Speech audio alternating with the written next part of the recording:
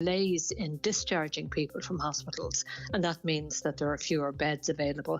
And the third reason is there is a real problem with staffing levels. Staffing levels just are not safe. A teenager is being treated in hospital after an alleged assault in Sligo. It happened at a service station on the Mail Coach Road just after 7 o'clock last night.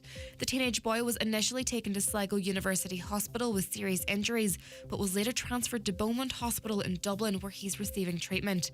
The scene has been sealed off for a technical examination. Another Donegal business is closing its doors due to rising costs.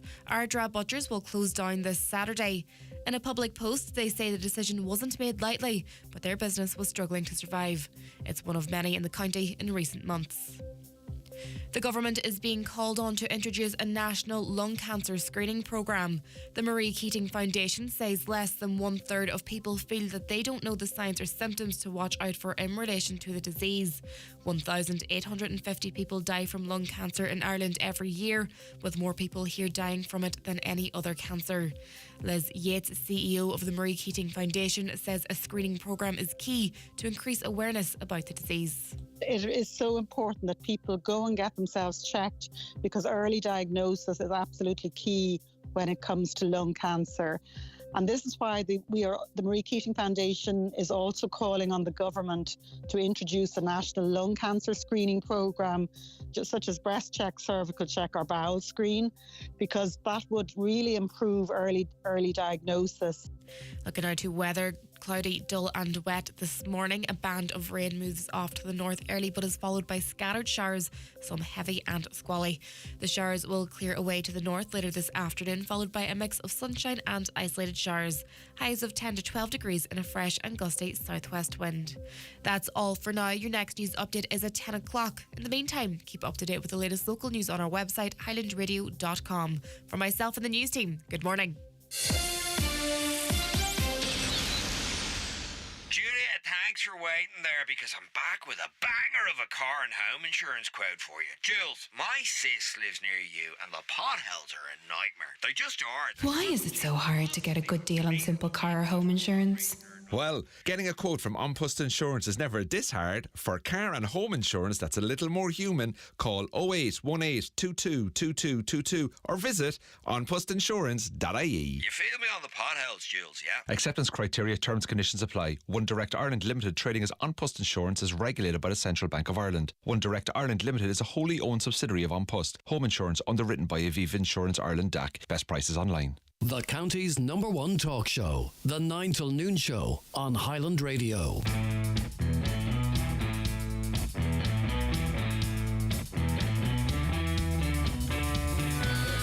And a very good morning to you. This is the 9 till noon show on Highland Radio with Donal Kavanagh here, as the name suggests, until 12 noon today.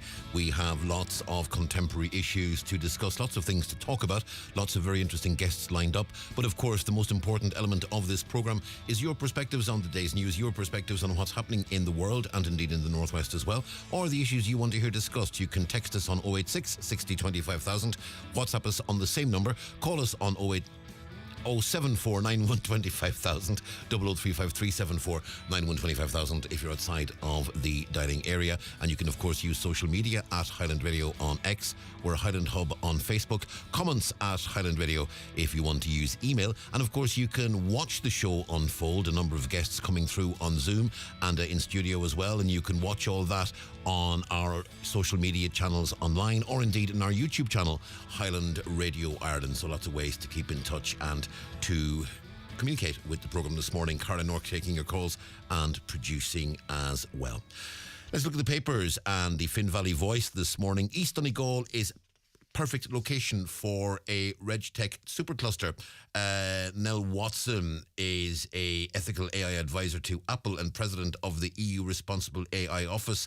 And she was a natural choice to speak at an artificial intelligence regulation conference at the ATU complex in Letterkenny. And indeed, she was stressing East Donegal is perfect for such developments. Could there be something on the cards there? Would be very interesting to see. Donegal Post, a story that Greg was highlighting very much last week. Dermatology service in utter collapse. I can't even get an examination light installed to properly examine patients after 2 years of trying. Healthcare professionals, including GPs and consultants, have described dermatology services in Donegal as in crisis and in utter collapse. And that story there by Siobhan McNamara, available on the Donegal Post this morning. Irish Times, main headline: Inishowen man pleads guilty to historical sex charges. And Inishowen man has tendered a guilty plea to 2 historical sex offences. The man pleaded guilty to 2 charges of indecent assault. He's now in his 50s and can't be named in order to protect the identity of the victim in the case. He appeared at Letterkenny Circuit Court on Tuesday and was formally arraigned before Judge John Aylmer. Also, Pumpkin Day, a picture of families at the IOSAS Centre in Muff with a number of pumpkins, all in marking the fact that Halloween was last night. We were just talking actually in the office earlier about trick-or-treaters, and we all seem to have got quite a few of them last night, actually. We had more than usual, I would have said, at our house, between sort of started about 5:30 and went on until about 7:45 or thereabouts. I'd say we probably had 11, 12 groups calling, and that certainly is up on previous years, I think. Irish Independent: in-demand jobs to get 15% pay rises as others stay flat. Most employees' salaries will remain flat next year, but workers with in-demand jobs could see their wages climb by as much as 15%. Amid the rising cost of living, many workers will see their pay keep pace with inflation, with pay hikes of around 3%. Some fortunate employees, including tech workers, builders and engineers, could see their wages rise by multiples of that, according to the Morgan McKinley 2024 Ireland Salary Guide. And I suppose it does seem in more recent years what's happening is, since really, I suppose, the 2008-2009 situation and the economic issues that followed, we've seen a situation where previously there would have been pay bargaining across the board, and there would have been social contracts and unions and employers, and the government would have had all sorts of deals, and there would have been across the board increases. But now it's very much back to the let the market decide model. Also, slow uptake of free GP services for children.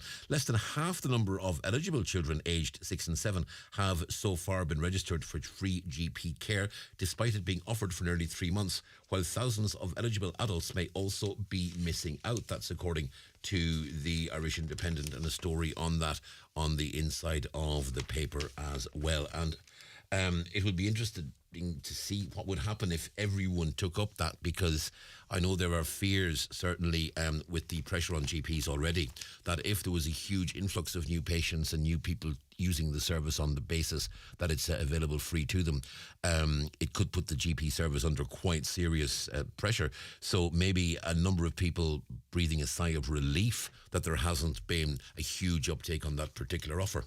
Irish Times this morning: unprecedented flooding hits northeast. Aid scheme for flood-hit households to be extended to counties Louth and Wexford. River ban dangerously high, with travel between Dublin and Belfast disrupted. Now, we had a conversation on the show yesterday with the Irish Independent's environmental correspondent, Catherine O'Doherty, about the whole issue of flood relief schemes and the delay. And as we said, you know, every couple of weeks now, it seems, a new area is being highlighted after there is a serious rain incident. And as we said on the programme yesterday, there is going to be more heavy rain of the nature we're going to see this week with Storm Ciarán. So there is more of this to come, and a lot of people and a lot of communities very, very worried. Again, Paul Cullen, health editor on The Times, a guest on this programme yesterday in a different context. GP visits decline as patients embrace telemedicine. Patients are increasingly choosing telemedicine for medical treatment over physical visits to the GP. 1 in 4 report not having visited their GP in the past year. That's up from 15% in 2020. That's according to research commissioned by the Medical Council. The Irish Daily Mail this morning: mother's story is not credible. Molly Martin's mother claims she went back to sleep sleep after her husband went upstairs with a baseball bat. The sentencing hearing is continuing in a US court after Molly Martins and her father chose at their retrial to plead guilty to manslaughter, which is a lesser charge to the murder charge that they had previously been convicted on, but that went to retrial, as we know, and now it is a sentence hearing, and that hearing is likely, it seems, to last in the region of about 2 weeks. The Irish Daily Mirror this morning, Swamp Shop, a bridge partially collapsed in County Louth and parts of Newry were like a lake as severe flooding soaked Ireland yesterday. More torrential downpours are on the way, with 6 counties under status yellow rainfall warnings from 7 o'clock tonight.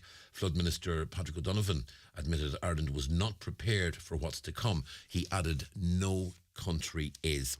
And that flooding issue as well, as I say, we discussed it yesterday, and it is going to be discussed again and again and again, I think, in the coming weeks, months and years, because this kind of really heavy rain is about to become the new norm. There used to be this lovely phrase of soft Irish rain, soft day, thank God.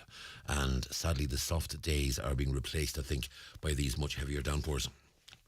Irish Sun this morning, exclusive interview. Robbie, I've got menopause, aged 49. I've got a low sex drive. I can't sleep. I need a neck lift and new teeth. Robbie Williams there. The main story on the front of the Sun, Martin's sentencing trial. Molly's screams. Mum told cop of hearing noise. Relationship was abusive. The mother of Molly Martin said she heard her daughter screaming on the night Jason Corbett was killed. She also told cops her daughter's marriage was abusive. Limerick man Jason was found beaten to death at his North Carolina home in 2015, and that certainly seems to be the angle that the Martins are taking at this sentencing hearing. They're pleading guilty to manslaughter on the basis that Molly Martins, they say, feared for her life because she was in an abusive relationship, and certainly the Corbett family in Limerick very, very unhappy at that particular situation. Irish Daily Star headline this morning, we're back to the flooding. We're going to need a bigger boat is the main headline. Minister admits we cannot handle weather bombs. We are not ready, Minister Patrick O'Donovan warned of disruption. And indeed, you'll recall Patrick O'Donovan was in Donegal not that long ago announcing that Letterkenny and Donegal Town were to take part in a pilot programme to try and speed up flood relief programmes. Letterkenny and Donegal Town part of that programme, and Patrick O'Donovan did appear on the show here with Greg to discuss that. So certainly these are issues which are serious. Now, it's 30 minutes past 9. It is time for a break. Do stick with us. Our first guest coming up after this. The newspapers are courtesy of Kelly Centra Mountaintop Letterkenny, the 2022 C-Store National Off-Licence of the Year. Morning to you. How are you all keeping? I hope you're very well.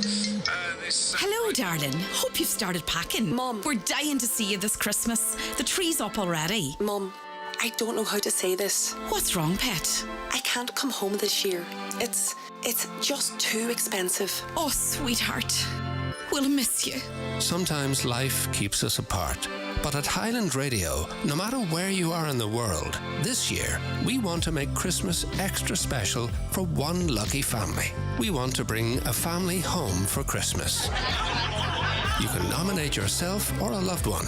Visit highlandradio.com to submit your nomination. Let's bring families together this Christmas. How are you doing, Liam? Usual, is it? Sea salt? At Visa, we're proud to support small businesses in every community, like Murphy's of Dingle, makers of quality ice cream supplied by Kerry Dairy Farms.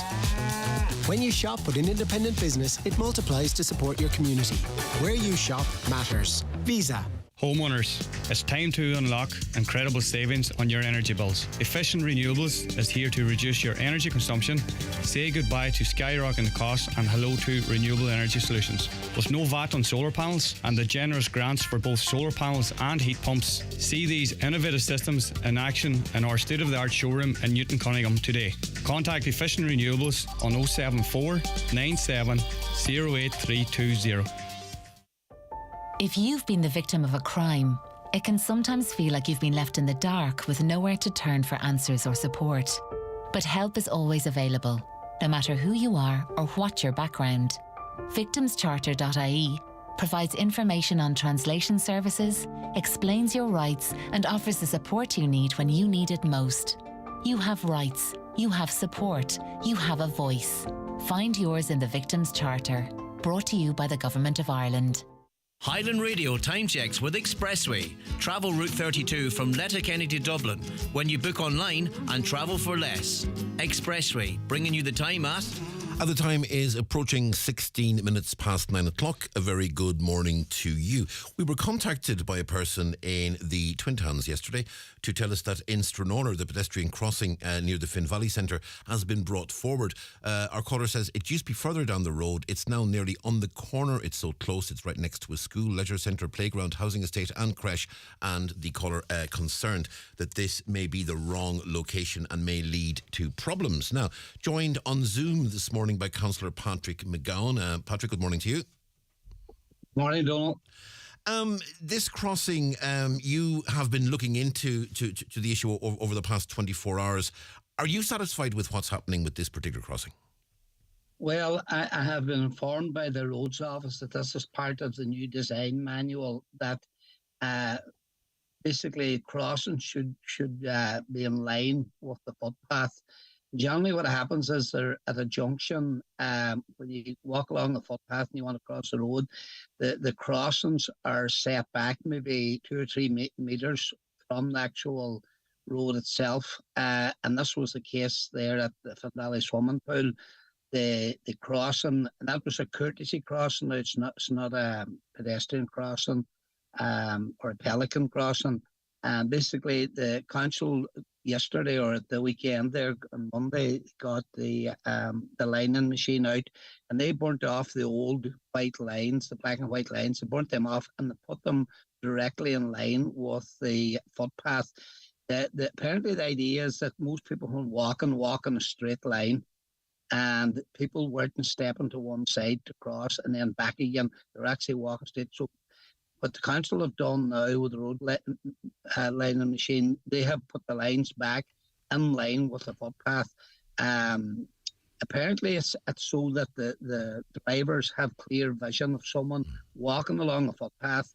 Then they stop and they walk across the road on the courtesy crossings, and they just continue on anyway. Sometimes when you step around a corner across the road, the drivers may not see you. And apparently this is the case, and this is the case that all these crossings have to be now. Obviously, there are a number of people contacted me about it, and I'm told by the council anyway that this is National Transport Authority policy now. Are you satisfied that there is a clear enough line of vision for drivers to see pedestrians in time? Because one of the concerns our caller seems to be expressing is that it's now so close to a corner that they're afraid if a car goes round that corner at speed, the driver may not see the person on the crossing quickly enough to stop. Yeah, well, this is exactly the point that the roads officers are saying, that if you're out on the footpath, that you will be seen. It's when you step round the corner to cross the road and then come back again on your line of vision that you may not be seen. That's exactly the point they're making, that you are seen where you're walking. It's when you divert from that. The problem is, it's saying that the walker will have clear vision of the car, and that the car will have clear vision, where if you step off that line of vision, you're out of vision. Look, it's a very extremely busy junction, and further down the road there's a zebra crossing for the school there. This is not the zebra crossing where the traffic lights are. This is what they call the courtesy crossing. You have to stop, you have to wait to ensure that the traffic stops, and then you cross. You don't walk out in front of it. It's called a courtesy crossing for that reason. My biggest concern would be lighting. A lot of these places within the town itself, both particularly within, say, Convoy, parts of Convoy and parts of Ballyfine, have raised the time again. I'm particularly worried about the lighting in the town, particularly in bad weather, when an awful lot of people are out running and walking, and elderly and young people out. At times you see nothing, and that's what my concerns would be, that, especially this time of year, people are still out wearing dark clothes at night, which is ridiculous. Every road you go on. But on regarding what we're talking about today, I suppose just wait and see. It's that them rules have come down from the department. It's not something that was done locally at a whim or nothing. So we'll have to keep an eye on it. And obviously that will be assessed. And I know we have had conversations over the course of the past year or so with regards to pedestrian crossings in Ballybofey as well. And this again is probably a separate issue to this, but you were very concerned at these new sort of designs that were coming down and they were being piloted in certain areas where they were not necessarily using lights and they were just going to use signs and markings on the road. And Ballybofey, one of the areas that this was being piloted in, and you had some very strongly expressed concerns about it at a council meeting in Lifford. How is that situation going now as far as you're concerned? Yeah, well, I just checked up on that. I try to check up every month on it. These were piloted in Limerick, Dublin, and Ballybofey. The problem here was the other two locations, they put up signs, just big yellow fixed signs, and they put up no signs in Ballybofey, nor would they allow the signs to come up. My understanding, we have signs ready to go up, but we're still waiting on the National Transport Authority in Dublin to give us permission. My understanding from talking to people, contacts I would have, is they don't want to put up the signs in Ballybofey and Snora. And I would argue, looking at the other locations in Limerick and Dublin, Ballybofey and Snora needs the signs more than anywhere else, because our zebra markings on the roads, they're in the middle of the town. If there's a van just sitting on the zebra crossings and you're crossing over, another car may not see you, where the ones in Limerick and Dublin are out in more rural areas. They're just out in the suburbs, and there's big grass verges. You can see them from a long distance off. The ones in Ballybofey and Snora, you could actually be sitting in a vehicle right beside one of them crossings, and you may not see the person starting to cross the road on the opposite side, particularly if there's a van or something they actually should be set back a bit as well, But like, it's only as far as this week and last week that through our MD meetings that I was speaking to our senior engineers, they want to put up the signs, but the National Transport Authority will not let them. So we're still waiting on word back, and they're ready to go up if we get permission. But I think, the argument now is there's been no accidents since, even though one of them crossings is on the Bank of Ireland corner, which is a extremely busy corner there at the Glenfin Street. But we'll keep lobbying away at the Department of Transport. They're responsible for all these road safety measures and health and safety and that. And, considering that 1 in 5 fatalities on roads now is pedestrians, and with all this funding and focus now going on active travel and that, it is time. At least we'd like they bring the community and the public into this, because all these decisions have been made in Dublin. The change in the rules of the roads and signage and that, and people on the ground can be forgiven for not knowing, because there's no education process there, there's no signs. There was nothing stopping them a year ago putting up signs on either end of Ballybofey. As the artist saying there's a new layout ahead, or experimental, or it's a pilot scheme. Yeah. Nobody knew about that. It was probably discussed in this radio station before it was discussed anywhere else. Actually, it was just done behind closed doors in Dublin, but it's something we'll keep pushing at, and hopefully in the meantime nobody gets injured at any of them crossings. And the key word there is experiment, because the fear that was expressed by yourself and by others at a meeting in Lifford, it would have been probably late last year if I recall correctly, but the fear was that effectively Ballybofey was being used as an experiment. So they were going to do one thing in Dublin and Limerick, do another thing in Ballybofey, and sort of examine and assess the two, and that Ballybofey was almost like, the control portion of an experiment that was taking place. And your argument was that these are pedestrians, these are people who are using the streets on a daily basis. They're not cogs in an experiment. They are people that need to be given every possible measure of safety that they can. Yeah, look, and there's always a road design manual guide, and you've seen our very qualified people that look at this thing, but the public can be forgiven for not knowing what's going on, what these signs means, because it's in any business you're in, your business, my business, communications, everything. Nobody could operate without communicating to the public, that if you're trying to bring something, if you want to bring the public with you, both drivers and pedestrians, surely to God you should be keeping it a secret. And this is one of the best secrets. Yeah. It's very few people. They might have gotten a small headline in some of the papers over a year ago, and then obviously we've discussed it here in this show maybe 2 or 3 times, but always simply asking is advanced warning signs that the drivers, and Like, you remember, Belfast Florida is a national primary road that goes from Limerick, Galway, Sligo through to Derry. This is not like a small local road, and this is an experiment. Why don't they put up signs to say it's an experiment to educate people? If it works, it works. If it doesn't, then remove them. Simple as that. And that's something that a lot of people maybe don't really realise, that that road is a national road. The Donegal County Council has no say, no authority, and no part in the management of that particular road. The road that goes right through Ballybofey is a national road. It's run by the NTA. It's not run by Donegal County Council. The council has no responsibility for it. No, and we'll be having a delegation up to meet the TII, which is just below the National Transport Authority that deals with National Primary Road. We'll be meeting them on the 8th of December, and we'll be making that point with them. They need to communicate and explain to them and come up with the rationale. And the other thing is, they called it a pilot scheme. That's well over a year ago now. So what is the results? We were told that this has been monitored and surveys carried out. That's fine. What is the results of that? I'm not against them. They actually appear to be working very well.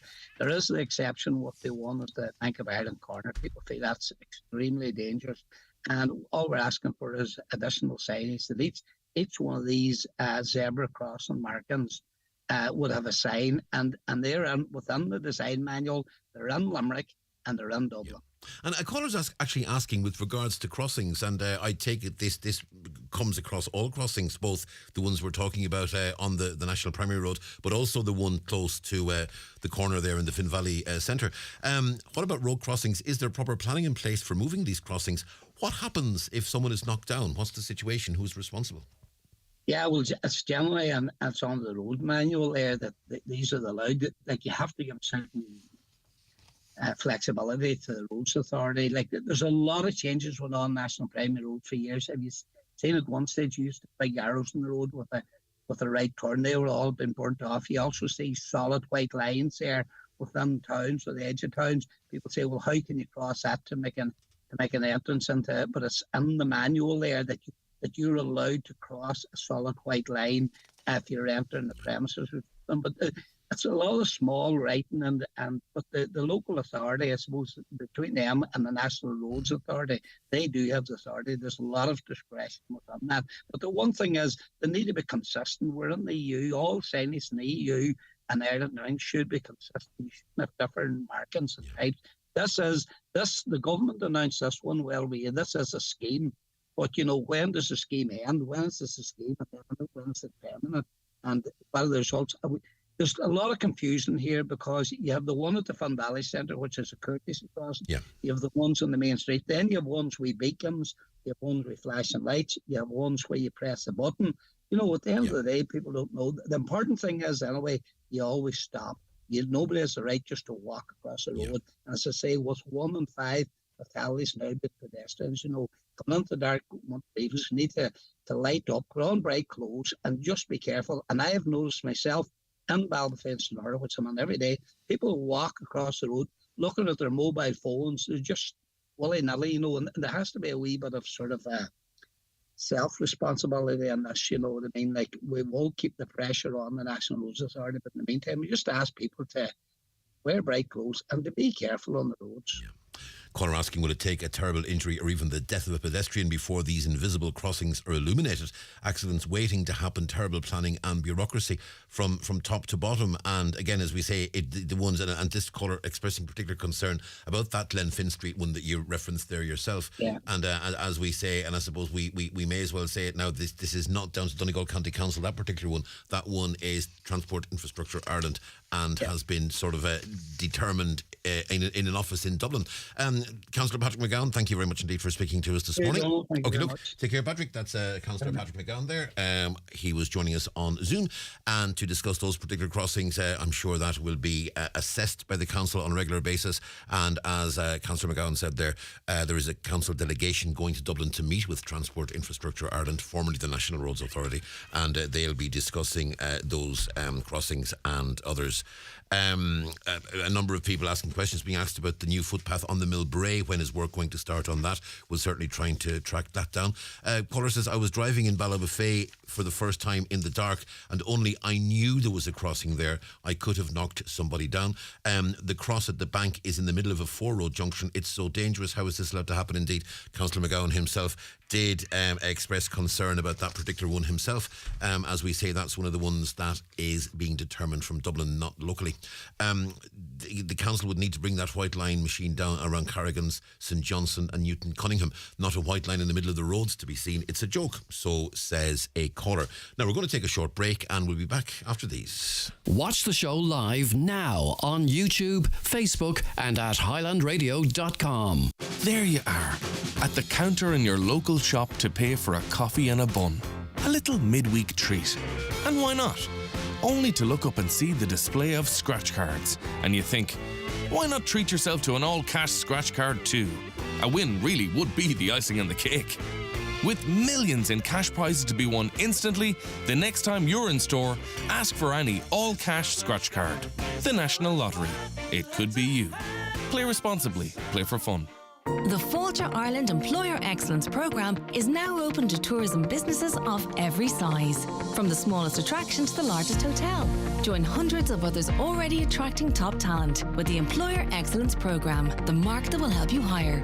Register at fáilteireland.ie/employer excellence. Midterm sale now at Evolve Clothing Letterkenny Retail Park. Big brand discounts up to 30% off. Mid-season sale now on. In-store and online at evolveclothing.com. Well, Grace, how are you today? I'm good. I've just been down to the Made to Measure Fireplaces showroom in Creasla. They have an incredible selection of over 40 colours for kitchen worktops. And guess what? For a limited time, they're offering a 40% discount on any electric fire when you purchase a worktop there. 40%? That's an amazing deal, Grace. Absolutely. And trust me, if the discount alone doesn't sway you, their huge selection of fireplaces, stoves, wood pellet burners, beams and stone cladding certainly will. Contact Made to Measure Fireplaces Creasla on 074 91 38 365 on Facebook, Instagram and on mtmfireplaces.ie. Come along and join the team at Homeland Letterkenny for a festive evening in store on Thursday the 2nd of November from 6 till 8 p.m.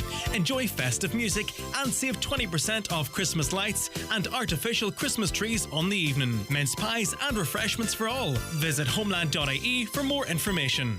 It's the 9 till noon show on Highland Radio. It's 27 minutes to 10 o'clock. Joined in studio by a guest we normally have here on a Tuesday, so to have him here on a Wednesday, it's making me feel me days are all wrong. It's all a bit funny. Carndonagh Maguire, good morning to you. Good morning, Donal. How are you? Very well indeed. Niall, a story people may well have seen in the papers and online over the past 2 days.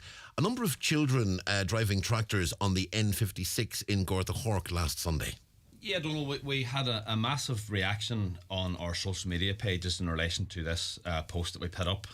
There are often tractor runs for charity and raising money for various excellent causes. And it seems to be that maybe a bit of complacency has set in, maybe on behalf of organisers and parents and also ourselves. We take some responsibility for it as well, Donal. We may have turned a blind eye at some stage, but it's gotten to the stage now where it's absolutely ridiculous what's going on in some of these tractor runs. Particularly on Sunday, I suppose what drew our attention to it was the size of some of the young fellas that were driving the tractors. And when we stopped some of them, it turned out they were 12 years of age, Donal, and some of them weren't able to stop the actual tractor when we asked them to stop, because they couldn't reach the brakes. Yeah. It wasn't, some of them were driving, your typical Massey Ferguson little 135 tractor, and some of them were driving huge New Holland tractors, 4-wheel drive, over 4 tons weight, and, at 12 years of age, no parent, no supervision, maybe accompanied by another 3 or 4 12-year-olds in the tractor as well, which, there's a whole litany of things going wrong there. And, this year alone in the country, I tried to grab a few figures there, but it's very specific. But just for the 10 minutes before I come on here, I had a quick look at the computer. We have had 4 children killed this year in Ireland on tractors. Yeah. We've had a 13-year-old boy dead, a 14-year-old boy dead, a 17-year-old female dead, and another 16-year-old boy dead, and a whole host then of serious injuries, including paralysis from tractors that have overturned. And, you know, tractors, I suppose, they're not as forgiving maybe as cars. When it comes to the passenger safety, most of them don't have seatbelts fitted. You know, none of them have airbags fitted. There's no supplementary restraining systems in tractors. There's no crumple zones. You know, all it takes. I looked at one particular fatal accident there in relation to a tractor. It just went into the ditch. You know, it not a big fall. It didn't turn upside down or nothing. It just went into the ditch, and it was a hard stop for the young driver, and he lost his life because of it. You know, we're not out to spoil anybody's fun, Donal. You know, we support these tractor runs 110%. A lot of our my colleagues do get involved in them, and you know, my own bosses, they're keen that we do get involved, assist in traffic and stuff like that. But it's just gotten to a stage now, Donald, we need to draw a line under sort of the law and the regulations in relation to young fellas driving tractors before something does go wrong. We're joined on Zoom by Tom Boyd, who's the PRO of the IFA in Donegal. Tom, a very good morning to you. Morning, Donal. Tom, you've heard what Carndonagh Maguire has to say there. What's your response?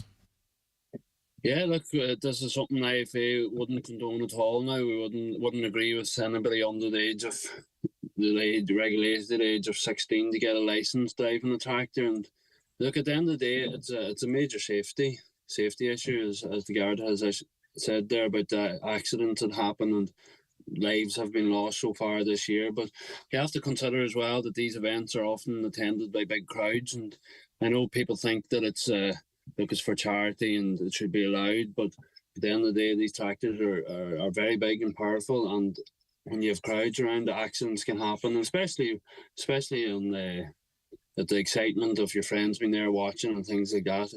It's an added danger, and look, we don't agree with anybody under the age driving without the sufficient training or licence. Yeah, and we had a discussion yesterday with the prospective, the candidates for the presidency and the vice presidency of the IFA. Actually, they had been here for a big meeting on Monday, and one of the issues that came up in that conversation was farm safety and the absolute primacy of doing everything possible to ensure that people are as safe as possible on farms, and crucially in this case, when operating farm machinery. Yeah, definitely great. Definitely, it's an issue that happens on farms as well. You know, a lot of the accidents that that's been highlighted there have happened on farm, and it's something that needs to be clamped down on really by the government and the Garda, that these things don't happen and are let a blind eye can't be turned to them really. And as Carndonagh Maguire said there, tractor runs, they've become a very important element of fundraising, and we know certainly some of the runs in Donegal, a very successful one in support of Creasler recently, but several others as well. I mean, and they are raising tens of thousands of euro for charity in the county and beyond, and they've become a very important part of the social life of the county, and in particular, I suppose, the social life of the farming community. Yeah, for sure, Donal. You know, these events are fantastic and they raise a lot of money, and it's great for younger people to get out and meet people with some of their interests. But we have to look at it from the other point of view, that these events are often organised by volunteers and by small clubs, and if one accident happens, these clubs will go to the wall, and the only people that will be affected by it is the charities then, where there won't be money raised for them. But I'm sure these clubs are going to have to look at some way, and the organisers of these events to regulate them, but also to have a way of entertaining the younger generation, that they can take part and feel like they're contributing. But because at the end of the day, these things will die down if people don't attend them, really. Niall, I can see you nodding there as Tom speaks. You're agreeing with everything he says there. Yeah, Tom's spot on, and you know, it's not all about enforcement. It's about getting the message out there, and I suppose that's why I'm here today. And it's great to have Tom's support. And I know that I read a document yesterday. It's a great document, and I know that the IFA and Teagasc have endorsed the document. It's the Health and Safety Authority compiled a report. It's a code of practice on preventing accidents to children and young persons in agriculture, and they have that's a very extensive document, and I'm sure farmers are probably well aware of this document. And I looked at section 7 there in it, and there is a section on operating tractors, and you know, the various associations and the government have agreed that children under the age of 14 must not be allowed to drive or operate tractors or farm machinery, even on a farm, never mind on the public road, Donal. There is a list of recommendations to help farmers and keeping their families and visitors safe. And if I could just go through a couple of quick ones there, Donal. They recommend that children, if they're going to be operating farm machinery 14 and over, tractors on a farm, that they should have actually attended a formal training course and by a competent training provider, and that they're also closely supervised by an adult, and they have at least the ability to operate the controls and reach the various pedals and be able to steer the tractor, because some of these vintage tractors that we witnessed, Donal, they don't have power steering and nothing, and when the tractor's going slow, it's very hard to steer the thing, and some of these kids weren't able to actually make a turn on the tractor. So it's all well and good until somebody meets a family in a car coming the other way and they're not able to steer out of the way. That's what we're going to have to pick up the pieces on, Donal. And listen, hopefully it'll not happen, but I would rather be here talking about it than maybe next week talking about some fatal accident involving the child. The rules of the road, Donal, are applied, and they are going to be enforced. It's 16 years old for a tractor, and that's only for agricultural or forestry. It doesn't include for commercial or building or nothing like that. You have to be 18 to drive a tractor for a commercial. So if you're towing a trailer with bricks or blocks or something like that, or a digger, you have to be 18, and you have to have gone through the CPC regulations and have a CE1 license.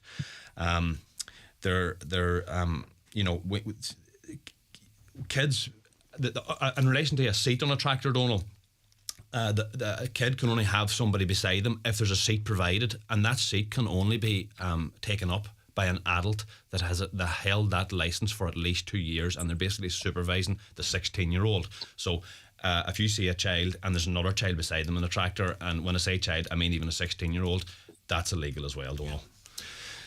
The suggestion made by Tom there that there needs to be discussions involving the organisations and the organisation committees, involving the Gardaí, involving potentially IFA as well. That's something I'm sure you'd be very much interested in doing, and sitting down with the groups and saying, look, let's figure out a way that we can all work together to make sure that we don't compromise what is a very, very important part of the social fabric of agriculture in Donegal. For sure, Donal. And this particular tractor drive at the weekend, they had events in the area for the younger cohort again. The maybe the under 10-year-olds, but they had like toy tractors and stuff like that.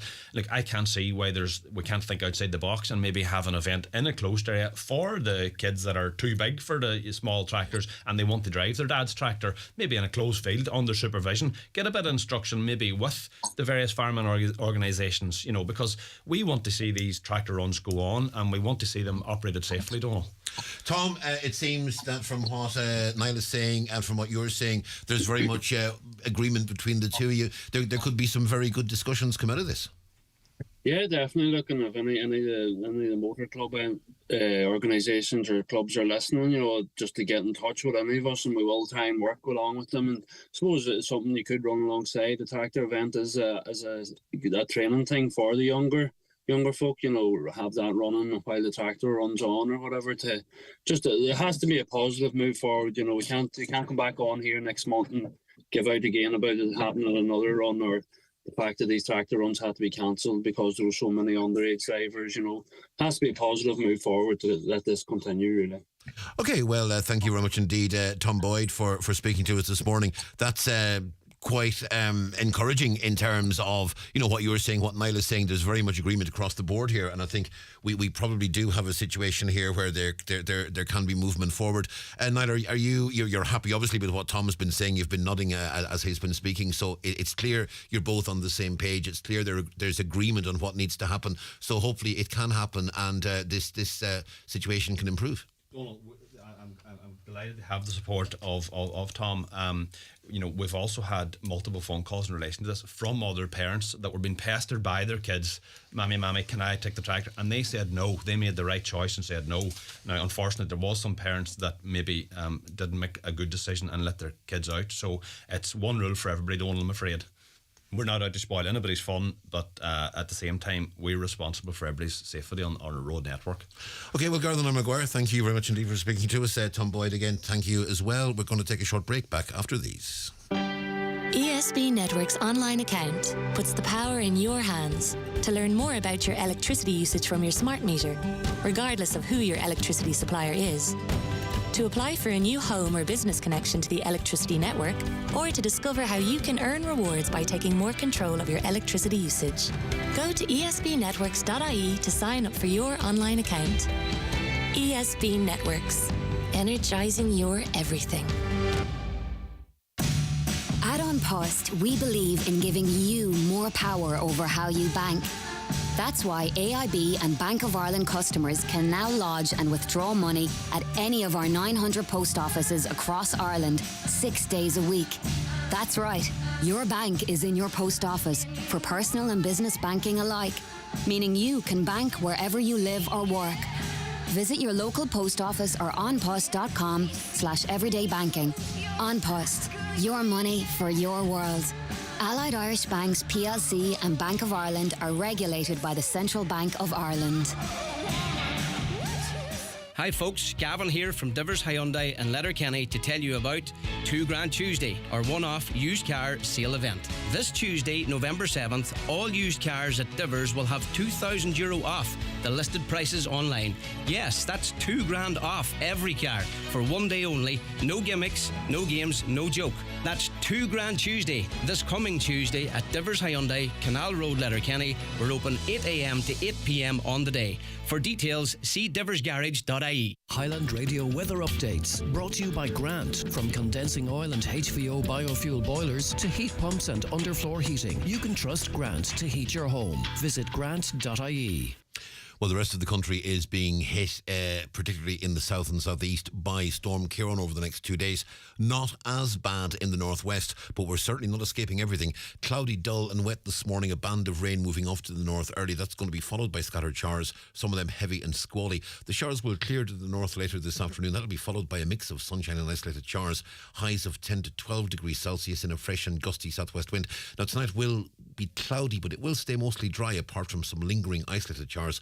Winds falling light later on. That'll allow some mist and fog patches to form. Lowest overnight temperatures 1 to 4. Tomorrow a cloudy start, but it will stay mostly dry with some hazy sunshine. A few isolated showers for a time in the late morning and afternoon. Top temperatures tomorrow 8 to 11 degrees Celsius. I was out for a bit of a walk this morning earlier on, and I can tell you it was horrendously wet. And there was some really heavy rain there this morning now, in and around about the 6:30, 7:15 mark. It was very wet out there now, but it is improving somewhat. We were speaking earlier about trick or treating, and a caller says that we had quite an increase in trick or treaters in our place last night as well, but they're commenting that it was just people knocked on the door and shouted trick or treat, and there's no poem anymore, there's no songs, and I don't want to become one of these nostalgic, it was all better in my day when I was young, but when we were kids we had to sing songs. There was none of this just give us stuff. We had to sing songs. I remember once I sang Angelo by the Brotherhood of Man in front of Kevin McCarthy's mother, and she gave me 50 pence, and that was to this day that remains one of my big Halloween memories, when Kevin McCarthy's mother gave me 50 pence for singing Angelo. Let's move on, because I have a story to tell you. Kathleen O'Connor was a craft maker, but has recently been diagnosed with macular degeneration. It's happening quite fast, and as a result, Kathleen is selling all her works and kits to raise money for guide dogs for the blind. Kathleen, good morning to you. Good morning, Donal. Kathleen, macular degeneration, it's a serious eye condition that can hit us in older age. You were hoping that your progression would be gradual over a number of years. Instead, it's happened a lot faster.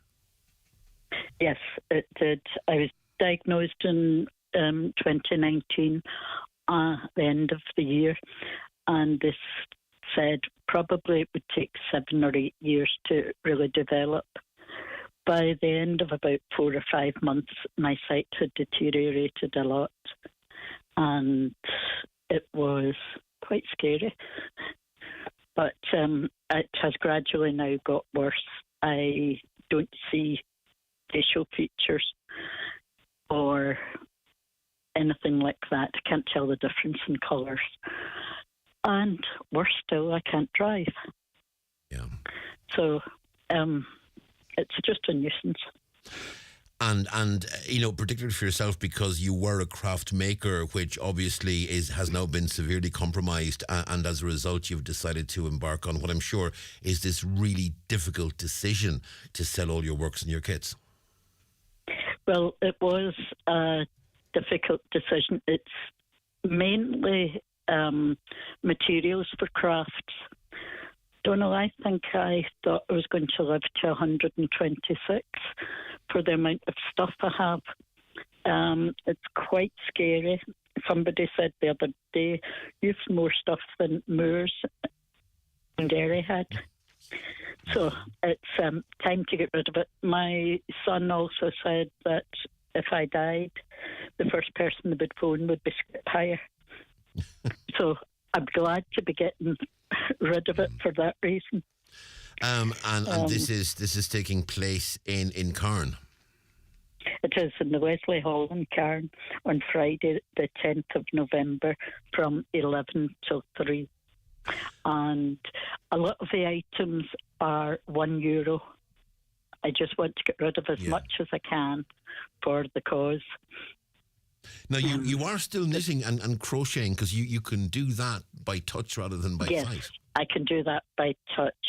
And I have a few very good friends in the knitting that will pick up stitches for me when I drop them, which is something I've never done before. Yeah. And you have been running a knitting group in the Wesley Hall, and that's going to continue? Oh, yeah, that will continue. It's on a Monday morning from 10:30 till 1. And apart from learning to knit and crochet, it's great crack. Yeah. And that social thing is something you don't want to lose, obviously. Oh, no, don't want to lose that. When I started crafts, I could only knit and not very well. And then I joined the ICA in Carn about 40 years ago. And I now have a list of crafts. I'm a qualified craft teacher, and I have a list of crafts the length of your arm that I could do. But as I say now, it just doesn't happen. But in saying that, it could be a lot worse. Yeah. So it's just a case of make the best of it. And you have to travel to Sligo every 6 weeks now to get injections to try and slow down the progression of this degeneration. I mean, that is a hell of a round trip.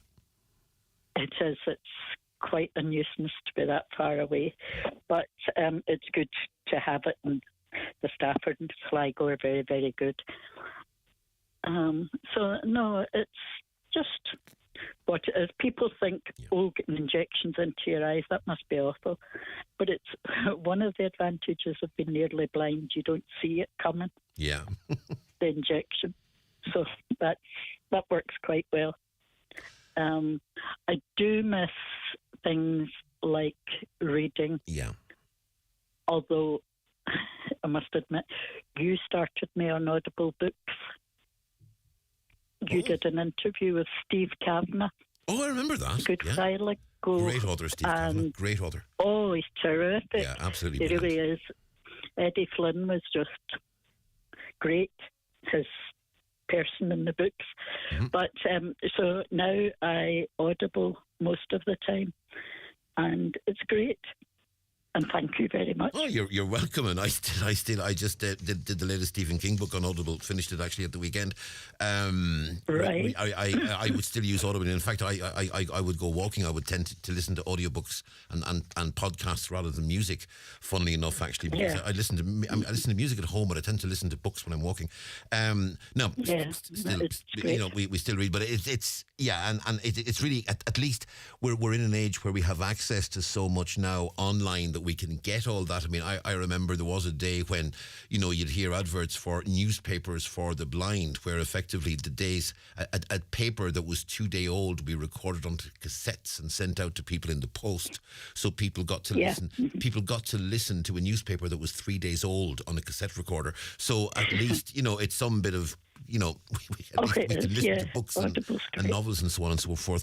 Listen, Kathleen, I mean, it's great to see that you're keeping up a positive outlook on this, and that you're adapting to the situation that's happening to you. And now it would be lovely if we could organise, or if you could organise to actually get those injections in Derry rather than Sligo, and hopefully we'll eventually see a situation where we'll get sufficient cross-border health cooperation that people don't have to travel from Carn to Sligo for what should be a fairly routine injection, that you can eventually actually go in and get that in Derry, and hopefully that day won't be too far away.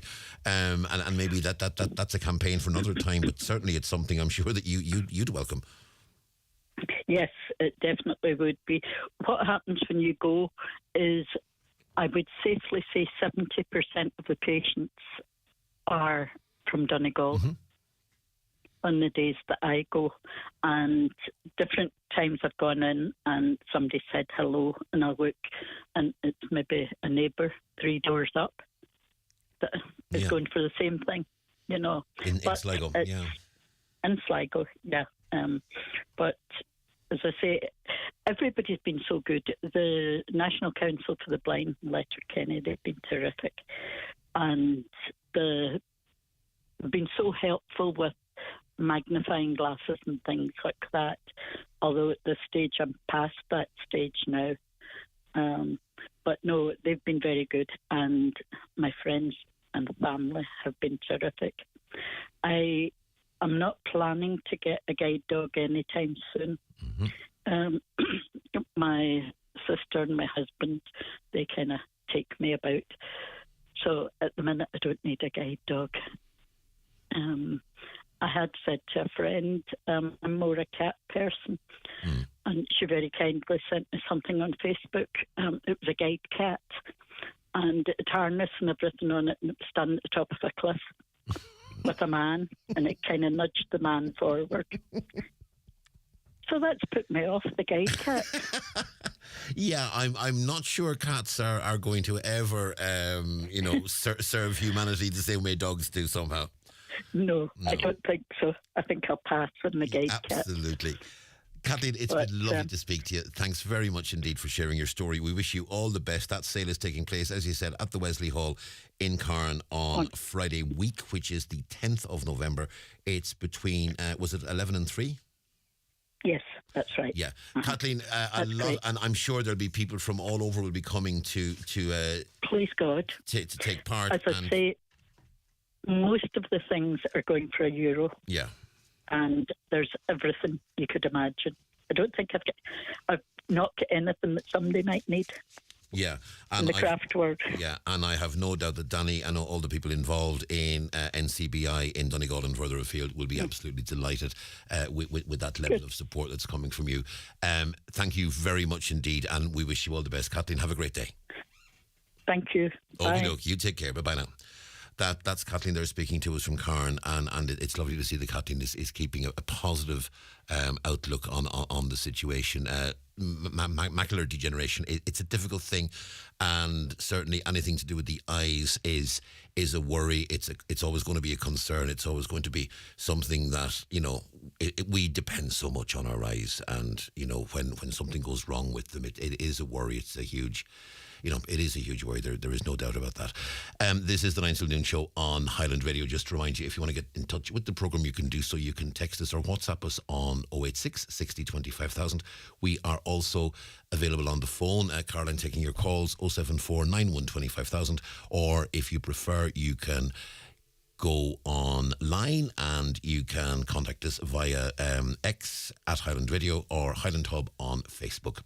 It's fast approaching 10 o'clock. Lucy is coming up with the news and obituary notices, and we'll see you after those. It's important to you to know where your food comes from. Isn't it just as important to know where your information comes from? It's not always easy to verify what you see, read, or hear. But now there's help. Visit www.bemediasmart.ie. Stop, think, check. Be Media Smart. Brought to you by Media Literacy Ireland, supported by your local radio station. Enhance your skills with SafeTech's part-funded training programs. At SafeTech, we provide courses including first aid, roadworks, people moving and handling, confined spaces, electrofusion and machinery training for Ireland and UK sites. Also online programs such as water hygiene, construction supervisors, safety reps and much more. If you have a group for training, SafeTech will go to you. Contact SafeTech today at safetech.ie and take the first step towards upskilling and safety compliance. It's important to take care of yourself when you're feeling unwell. And if you have symptoms of a virus, flu, or COVID-19, the best thing to do is to rest up and stay at home. Because you won't just be taking care of yourself, you'll be helping to protect other people too. People close to you, like family and friends, and people you've never even met who might be at higher risk than you. And don't forget to visit hse.ie for advice on getting better. From the HSE. Live, on air, online and on the Highland Radio app. This is Highland Radio News.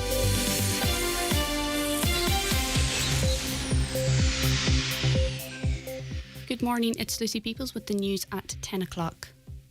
Irish hospitals could be in for a tough winter if something isn't done to alleviate overcrowding. The Irish Nurses and Midwives organisation yesterday revealed 10,538 people, including 273 children, were admitted to hospital without a bed in October. It flagged acute pressure along the western seaboard and said its members are not assured that their safety and that of their patients is a priority. Social Democrats health spokesperson Roisin Shortall believes there are 3 reasons as to why overcrowding is such an issue. The promised additional beds have not been delivered, and there's no additional money in the budget next year for those. The second reason is that we have inadequate community care services, so there are delays in discharging people from hospitals, and that means that there are fewer beds available. And the third reason is there is a real problem with staffing levels. Staffing levels just are not safe. Residents of the Twin Towns have raised concerns regarding the location of a courtesy crossing beside the Finn Valley Leisure Centre. The crossing was moved to be in line with the junction. The fear is a driver who is speeding will not get stopped in time if the crossing is being used.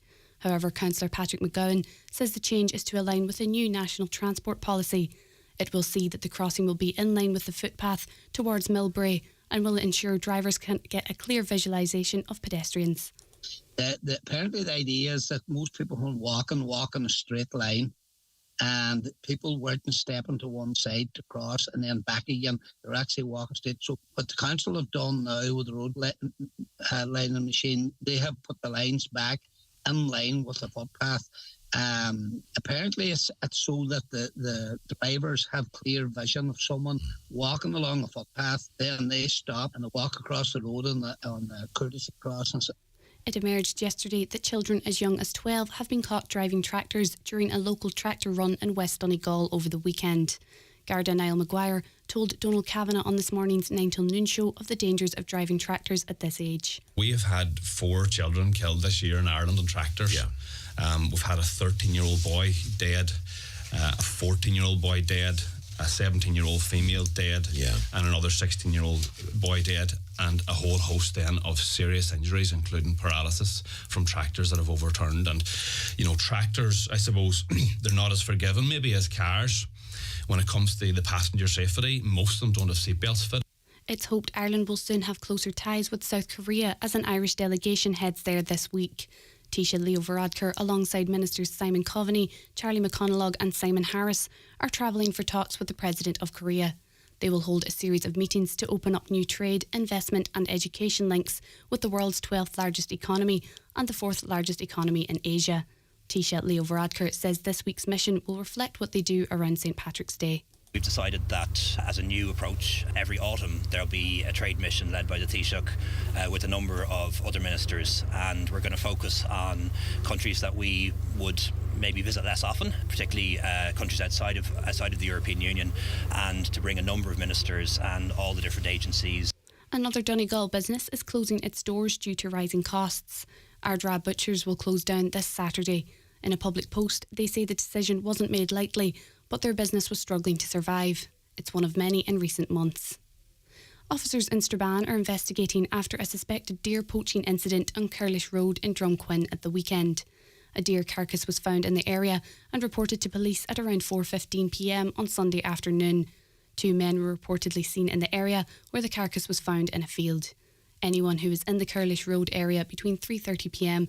and 4:15 p.m. on Sunday and saw anything suspicious or out of the ordinary is asked to call police on 101. Moving on to weather, cloudy, dull and wet this morning. A band of rain moves off to the north early but is followed by scattered showers, some heavy and squally. The showers will clear away to the north later this afternoon, followed by a mix of sunshine and isolated showers. Highs of 10 to 12 degrees and a fresh and gusty southwest wind.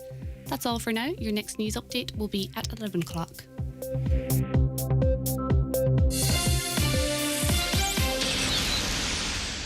The obituary notices this Wednesday morning, November 1st.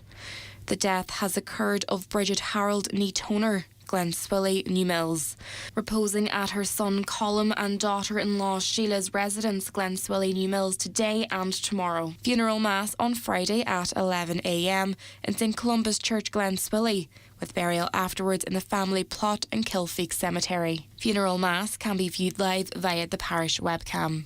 The death has taken place of Danny White Tam Frail, Carndonagh, Kerry Keel. Danny's remains are reposing at his late residence in Carndonagh, Kerry Keel. Removal from there tomorrow morning at 10:30, going to St Columba's Church, Massmount, for 11 a.m. Requiem Mass. Burial afterwards in the adjoining graveyard. House private on the morning of the funeral. Danny's funeral mass can be viewed live on the McAteer Funeral Director's Facebook page.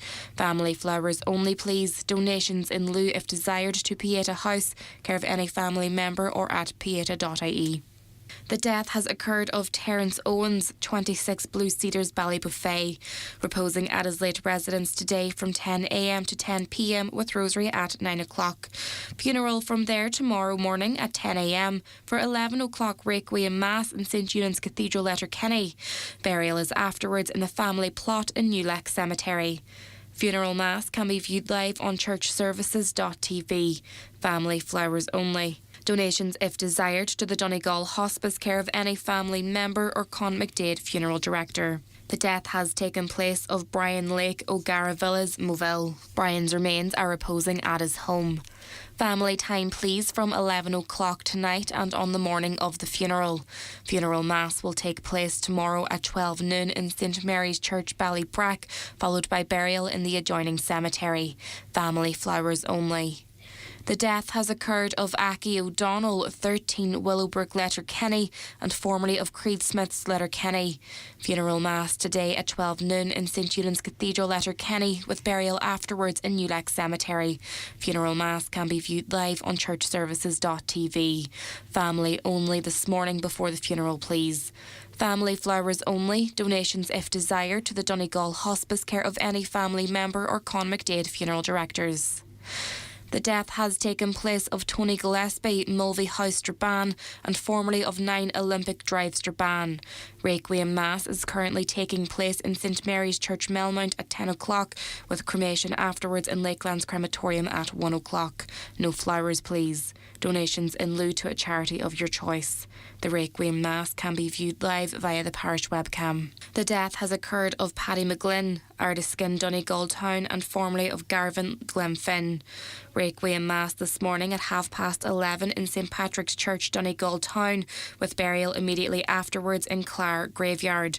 Family flowers only. Donations in lieu to Patient Comfort Fund, Letterkenny University Hospital, care of any family member or R. Faulkner Funeral Director.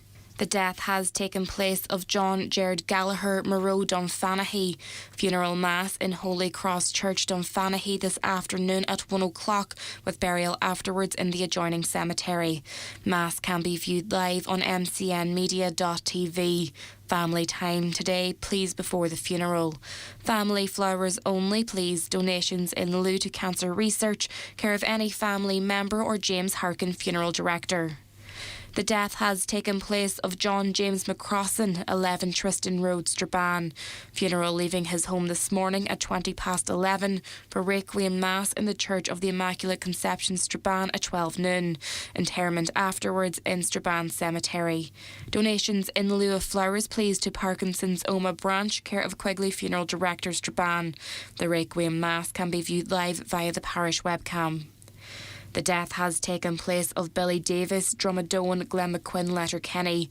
Funeral leaving Samuel James and wife Dorothy Eaton's residence, Glen McQuinn, at 1:15 this afternoon, going to Ray Presbyterian Church, Manor Cunningham, for funeral service of Thanksgiving at 2 o'clock. Interment afterwards in the adjoining churchyard. Donations in lieu of flowers, if desired, to the Alzheimer's Association, Donegal branch, care of any family member. For more family information and details regarding wakes and funerals, please go to highlandradio.com.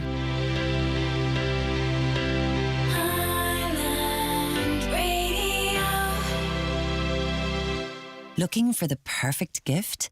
Why not send them somewhere unexpected? Send them to the scene of the crime, where nothing is as it seems. Send them on a date with someone completely unsuitable.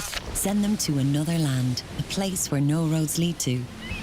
Find the shortlist for the An Post Irish Book Awards at onpost.com/readerswanted and discover the joy of sending books, from novels to non-fiction. An Post, proud sponsor of the Irish Book Awards. The county's #1 talk show, the 9 till noon show on Highland Radio.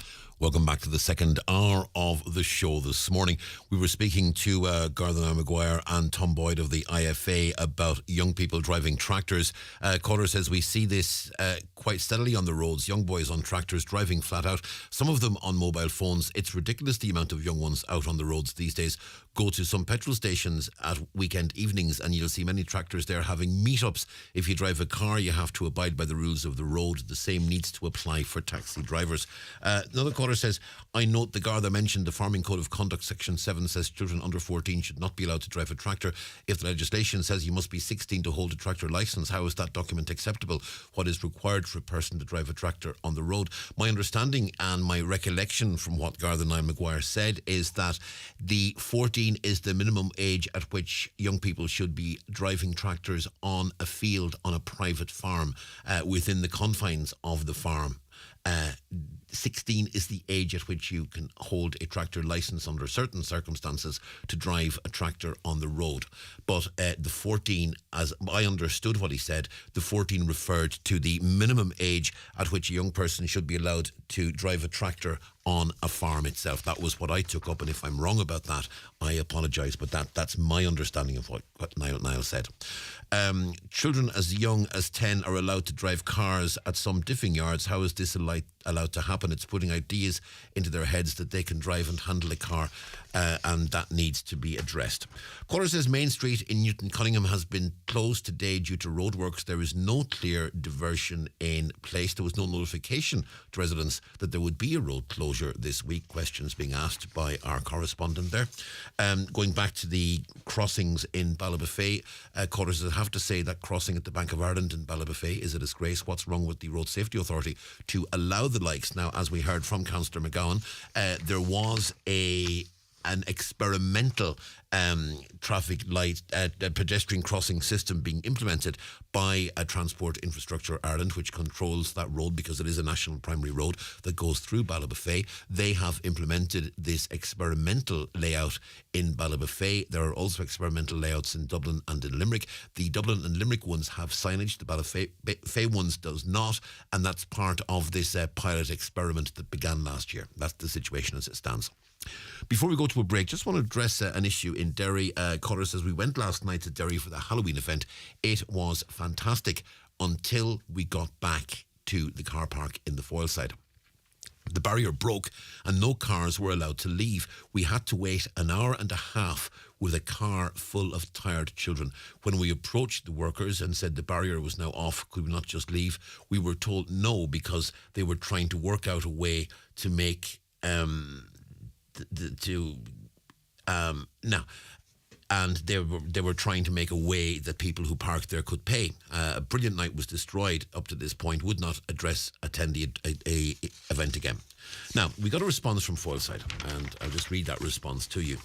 It says, we're aware of issues last night after the Halloween celebrations. Unfortunately, with the volume of people trying to leave the city centre around the same time, it transpires our team at the centre car parks were able to get a few hundred cars out before the entire city centre gridlocked. Council and the PSNI were contacted by our staff.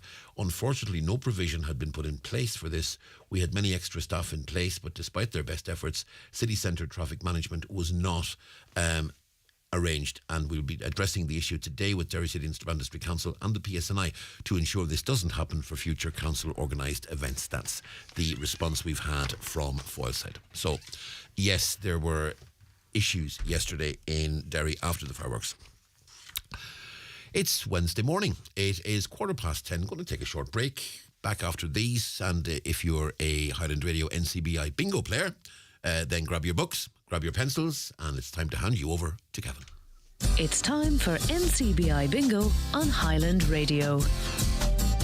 It's Wednesday, November 1st. You are playing on a blue coloured sheet. The reference number is S18. It's game number 44. The numbers are 54, 71, 11, 32, 75, 44, 67, 78, 69, and the number 1. Phone your claim to 9104833 before 8 p.m. tonight. Leave in your name, contact number, and the name of the shop where you purchased your book. Get all your NCBI Radio Bingo information at highlandradio.com. With a high digital online skills course, you'll feel a real difference. I can listen to all the music I like. The bus app that's coming out, it's brilliant. Anything you want to know, it's at your fingertips. They're small things, but they mean something. Learn essential online skills with simple, accessible lessons at highdigital.ie or free phone 1800 20 30 30. Brought to you by Vodafone Ireland Foundation and Alone. Vodafone. Together we can. On the farm, there's always something different to do, and a quad bike can be your best friend. But if you're not properly protected and trained, it can be your worst enemy. Too many quad bike incidents on farms have ended in tragedy. From the 20th of November 2023, it will be compulsory for quad bike users to wear helmets and undergo appropriate training. Find out more at hsa.ie/farm safety, an initiative of the Government of Ireland. Sheridan Security, now introducing zero-wire smart alarm systems. Zero wire, zero mess, and a real peace of mind. With a simple press of a button, your alarm can be set or unset, or download the free app and control it from your phone. Call us today on 074 912 6025 and get your alarm from €299. Stay local, stay safe, and protect what you value most with Sheridan Security Systems. It's the 9 till noon show on Highland Radio. Donal Kavanagh with you until 12 noon. Now, you'll have heard yesterday on the news and indeed on the show that there have been issues with a locum radiologist that was employed at Letterkenny University Hospital on a short-term contract in September. That contract was terminated within 10 days after serious concerns were raised regarding the standard of that locum's work. We're joined on the line by Professor Pat Nash, who's the Celta Group Clinical Director. Professor Nash, good morning to you. Hi, good morning, Donal. Professor Nash, tell us the timeline as to how this issue came to light and how it was addressed. Yes, Donal, this radiologist was employed as a locum in Letterkenny back in September. In total, the radiologist worked for 7 days before the contract was terminated, as it was alerted that there was concerns about reporting on a number of scans. Those errors were corrected, and I suppose in light of those concerns, the radiologist contract was terminated. We're currently reviewing all the work that was done during that period, which is about 300, just over 300 X-ray scans, and getting them double reviewed to be sure that there is no other cases of concern that haven't been identified that we need to follow up on. If there are cases, and I mean, there may well be people listening who had x-rays at Letterkenny University Hospital over the course of September, and they may be wondering now, am I one of those? Potentially, am I someone who got a misdiagnosis? Well, the vast majority of them were identified or more or less immediately, and reports corrected without any delay. So the ordering clinician would have got a corrected report, and as a result, managed the patient appropriately. I suppose we are finishing the review to be absolutely assured that there's no other. So we would hope to have that review done in the coming weeks. And if there is any outstanding, which I think is unlikely, but if there is any outstanding patients that we need to contact, we will be in touch with them. But in the majority of cases, any of the errors were corrected early and the reports amended and forwarded to the clinicians. One of the questions that was raised with us when this was discussed on the programme yesterday was, how could this be allowed to happen? Was this person's references checked? Presumably they were interviewed, presumably their CV was studied. Did something happen at that stage where something was missed, or were there issues with the references? I mean, how did someone who had issues like that manage to get to work in the hospital? No, and this person, we did go through a recruitment process. They are on the specialist register with the Medical Council. We did get references from elsewhere in the country, but it became rapidly apparent that the quality of the work was not at an appropriate standard, and I think it was identified early and intervened on quickly to prevent a large number of X-rays being reported by that person. So I think the recruitment did go through appropriate processes. It is challenging to recruit locum radiologists and any locum staff, but particularly radiologists. And we are Letterkenny is very challenged with we have a low number of permanent radiologists there and a number of vacancies for a number of years, and we're trying all measures both with national, internationally, to recruit permanent staff to Letterkenny Hospital. And you're satisfied with the timeline in terms of these discrepancies being noted and acted on and action taken to remove this person from the act of working in the radiology department? I am. I think it was identified quickly and the response was prompt. Anybody coming in, you need to observe their practice. You need to be assured. You need to be assured. There's in any X-ray reporting system, there's always going to be a discrepancy, a low discrepancy rate, and so you do need to be fair and to be assured that is this person of the appropriate caliber and competency to stay working there. So I am assured. I think the timeline, this was identified early and intervened on very, very quickly. We know that over the course of the past number of weeks, GPs in Donegal and consultants at the hospital have both independently written letters to the Health Minister and indeed to senior officials within Celta as well, expressing grave concerns about situations at Letterkenny University Hospital. It's to say the least unfortunate that this has happened within weeks of those letters being sent, because there's a focus and perhaps a headlight on Letterkenny University Hospital at the moment, which must make your job a little bit more difficult, and this certainly won't have helped. No, I mean, I think we widely acknowledge, and it's acknowledged, Letterkenny is one of the busiest Model 3 hospitals in the country. It is the busiest one. And I mean, there's been a huge increase in activity in the last year. There's been a 10% increase in ED attendances compared to it from January to August in 2023 compared to the same period last year. So the activity levels are rising. So there's a huge pressure on the hospital.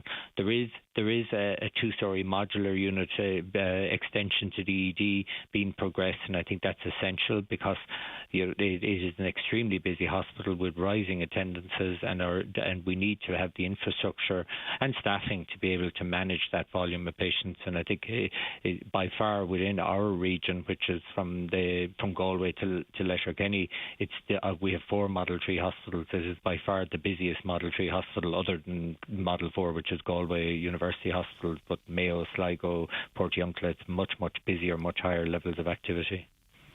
And there are a lot of political arguments, obviously, about funding and so on and so forth, which I won't go into with you because that isn't in your purview. But certainly those arguments are there. In terms of the references, again, someone has asked, was this person's references contacted? You've already answered that. The answer is yes. Has Letterkenny University Hospital and Celta now informed other hospitals and health authorities about this person and the issues that arose? I mean, we are finishing the review. Once we have the exact final figures on it, we will be, if as it seems very likely, we will be referring this patient to the medical council for their assessment. They're the regulatory body for doctors, and for their assessment and they will do their own processes to follow through on that. And just to make sure that I've understood what you said earlier, this person was on a list which is produced by the Medical Council, a list of people who are qualified and who are capable of doing the work necessary. So this person didn't just come out of the ether.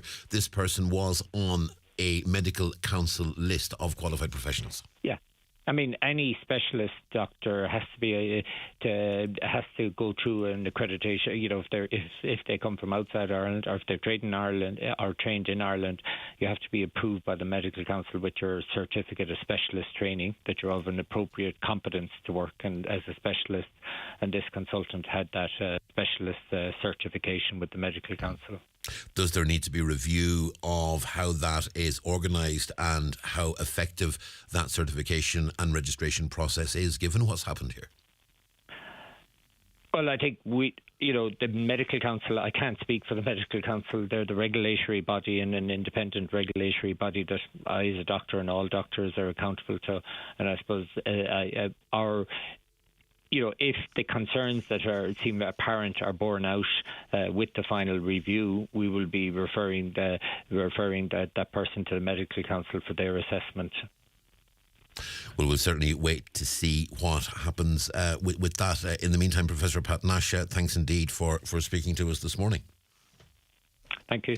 That's Professor Pat Nash there, the Celta Group Clinical Director, and you'll have been hearing obviously on the show yesterday and on news and elsewhere as well that this radiologist's contract was terminated. They were in Letterkenny on a locum basis, but that was terminated on the basis of the fact that a error rate of in excess of 33% was detected in the work that was done. Person worked in Letterkenny for around about 7 days. Contract was terminated 10 days after it was agreed.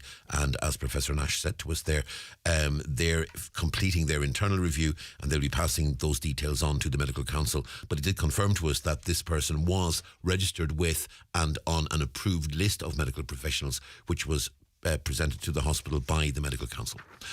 Earlier we spoke to Kathleen, who is selling off all her crafting materials as a result of macular degeneration. Caller says, that poor lady, I'm a crafter too, knitting, crochet, embroidery, painting, dressmaking, you name it, I do it. I really don't know how I'd cope if I lost my sight.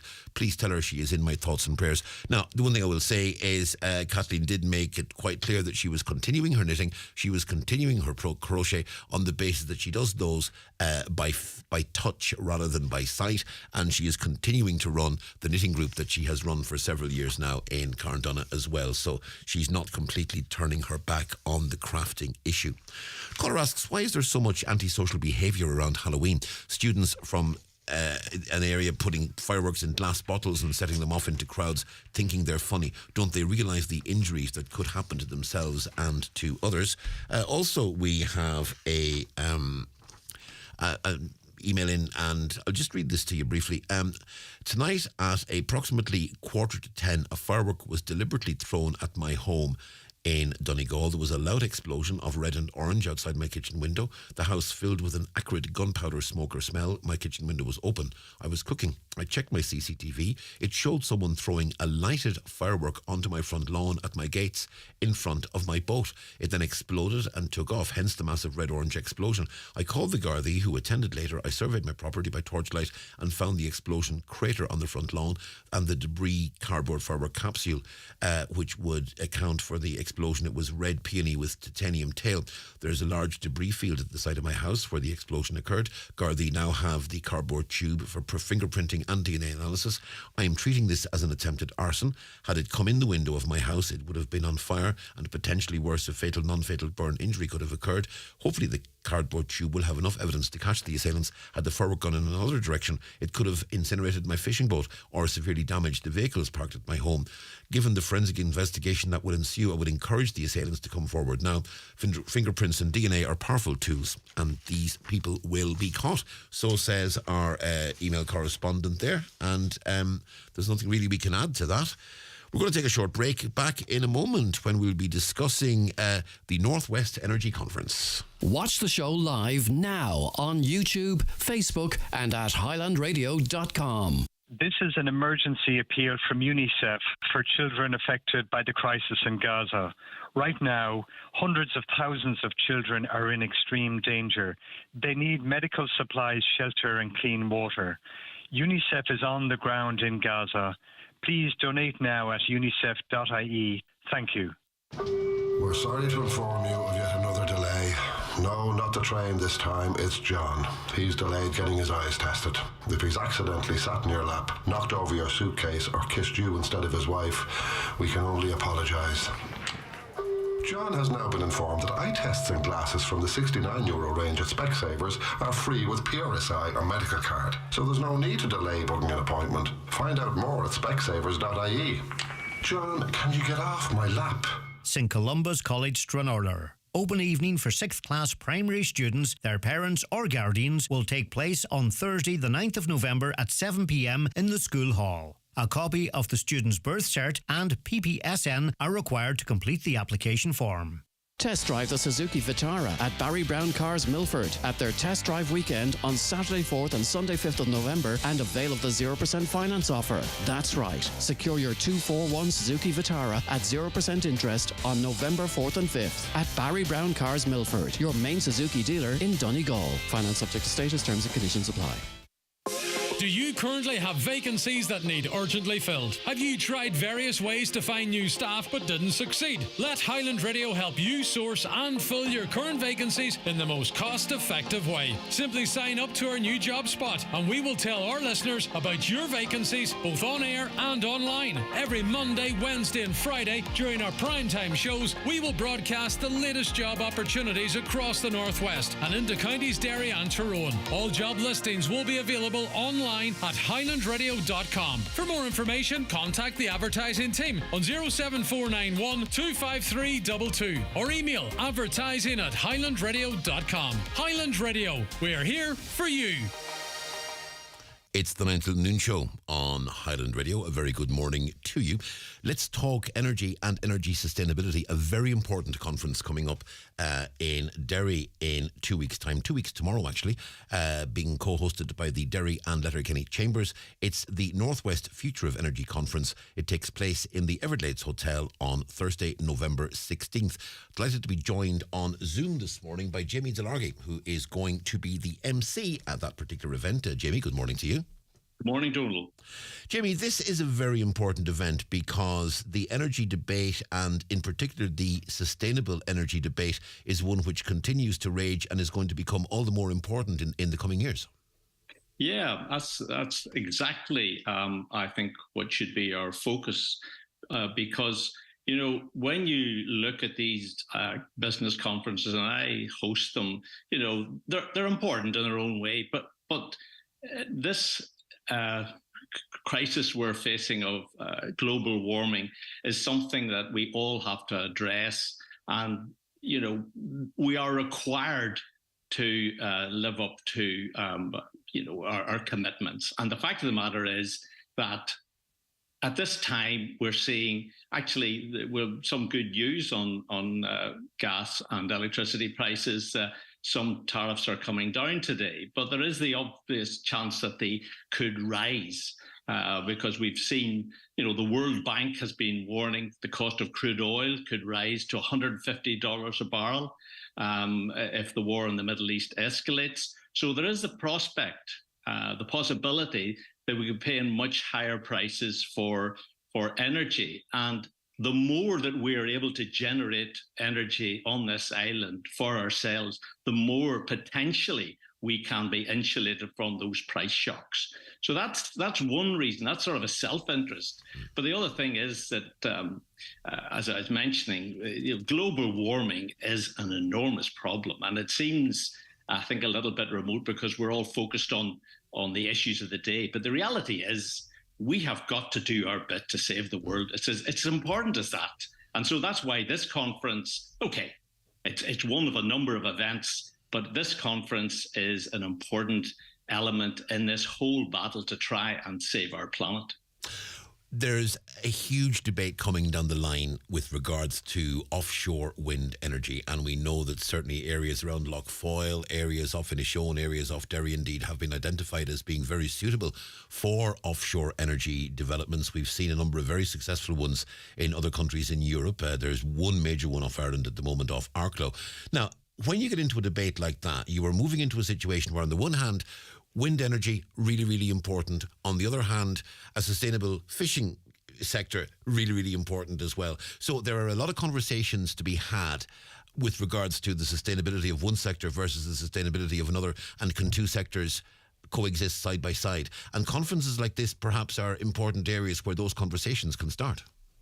They are. And I suppose we should look into why people want to put wind turbines offshore. I mean, we've seen quite a number of wind farms, both north and south. So what is the imperative to get them offshore? Well, it really comes down to you get more bang for your buck, really, if you're putting them offshore, because your wind turbines offshore deliver more energy on a like-for-like basis compared with their onshore counterparts. I mean, you're talking about, and I don't want to get too technical here, but if you look at a thing called capacity factor, and that measures how much you're going to get out of your system.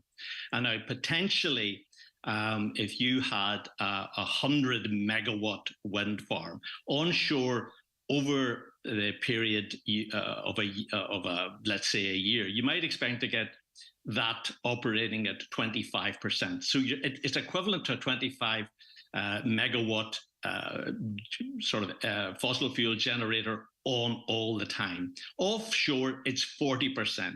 New build, they're talking about much higher levels of energy production from offshore. So offshore is key. And why is it offshore so much better? Well, because the wind is steadier. You don't get the same levels of eddies in the wind offshore, and it's stronger offshore. And another thing is probably you can build them higher. Well, you can build them higher onshore as well.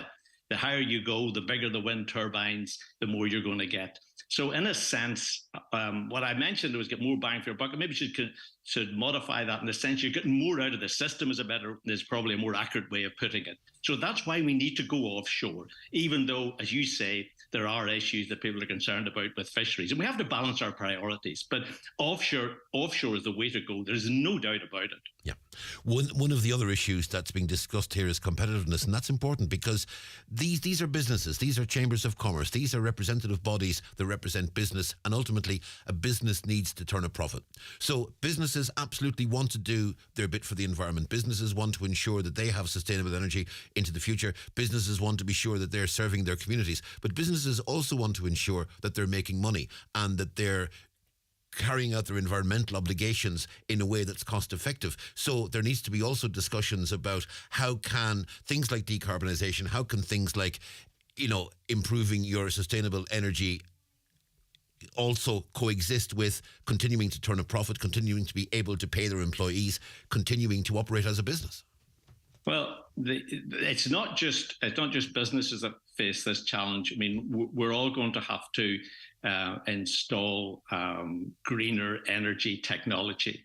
And for some people, it's not just businesses, for some people, that's going to be a real challenge given the fact that they don't have the money. So a phrase that is assuming greater importance, certainly here in the north, is this idea, and I'm sure in the south, is this idea of the just transition. And so households that can't afford it really need to be helped to install the heat pumps, for instance, that are going to be a feature in households across the country. So, and businesses likewise, will need a help. Will need perhaps I don't know. You could be talking about grants. I think that's going to be an essential feature of the transition. You're going to talk about maybe making money available at lower rates of interest. Money has been fairly cheap. Now that's changed. And probably may not go down, the interest rates may not go down to where they were. So you're really going to have to help businesses who just do not have the capital, do not have the resources to make the transition. But hopefully once they do, they will then in due course, like as households as well, see lower rates, lower bills, and hopefully won't see the enormous fluctuations that we've seen in prices in recent years. So, there are prospects. The sunny uplands are there, but people need to have a wee bit of hand to get across to them. And there have already been some success stories in the region, and some of those are to be presented at the conference. Well, I think there's going to be a number of different case studies presented, which I'm looking forward to hearing about. I think we've got which we'll get the detail of that in due course. I think it's important to mention we've got an excellent keynote speaker in Claire Neenan, who's managing director of SSE Electricity, which of course supplies gas and electricity on this island. So we have the an excellent array of speakers who are going to appear there, as you said, just over 2 weeks from today, and they'll be enlightening us on what they're doing and what the challenges they face and how they're going to be overcome. And yes, and also the success stories that have been notched up so far. So plenty to look forward to. There's no doubt about that. As you said, it's a joint presentation by the chambers in Derry and in Letterkenny. Important that there is a cross-border focus on this, and important that as we look into the future that there is more and more cross-border cooperation on this, because this can't be something that each individual little enclave does itself. This is something that's going to have to be shared, and it's going to have to be done in as wide an area of possible, and it would make no sense whatsoever for Donegal and Derry to be operating on different strategies. Well, you've touched on an incredibly important point, because, if you're a developer, a wind farm developer or a solar farm developer, you're looking to see you're looking to see how difficult it is or how easy it is in terms of planning to get your site set up. You're also looking at what help you might get. You're also looking at what prices you might expect to get in the market. So, yes, clearly you don't want to distort things by having, it seems to me, but this is a debate that has to be had. You don't want to distort that market by having different arrangements north and south, where people see it being more advantageous to go to one part of the island rather than the other. It makes sense to have some broadly similar levels of support. I very much think that it is really an imperative. But to perfectly align them may not be possible, but certainly I think that there should be strenuous efforts to try and make sure that, in a sense, we're all offering a similar attractive prospect to international companies who want to come and invest their money on this island. One area that is to be discussed, and it's an issue that's discussed really widely all over, is that of electric vehicles and electric vehicle charging. And we're told time and again that more and more people would buy an electric vehicle if there was a guarantee of a better charging network. Now, that's going to be discussed by Pierce McHenry of My Energy over the course of the conference. And it's an important one, because particularly in this area where if you want to drive to Belfast, you're talking 1.5 to 2 hours. If you want to drive to Dublin, you're talking 3.5 to 4 hours. So, people in this region who want to make longer journeys, if they have an EV, they're going to have very serious questions to ask about charging infrastructure. And maybe those questions are what's stopping a lot of people from actually going down the electric route. Well, you've unsurprisingly touched on a critical point here. We as a family holiday quite regularly in Malin, and we don't have an EV. But I would worry if I was getting an EV just how realistic it would be the prospect of getting there and being able to get back maybe in a hurry, and how you would charge up on the way, or what sites would offer the opportunity to do that. So I think that yes, it is definitely something that is deterring people from acquiring EVs and giving up their fossil fuel driven cars. So we have to do something about that. We have to make people comfortable that they are not going to be stranded with a flat battery and miles from nowhere, and how on earth they would sort that out. So crucial. And it is the case with when you're changing technology, you have to provide people with the comfort, the reassurance that if they invest their own money, that they are not leaving themselves worse off than they would have been if they'd stuck with the old technology. And that's critical in terms of not just EVs, but other things that you might want to put in. So that if you have, for the sake of argument, you want to put in a heat pump, you want to be assured that the people who are putting it in are well trained in it. You want to be assured that you can get the parts with. You want all the confidence that the technology is going to serve you well, is going to be maintained. There's going to be people there to do it, and you're not going to be left with something that gives you problems. Because we know whether our oil boilers or gas boilers or petrol cars or diesel cars, there is the backup.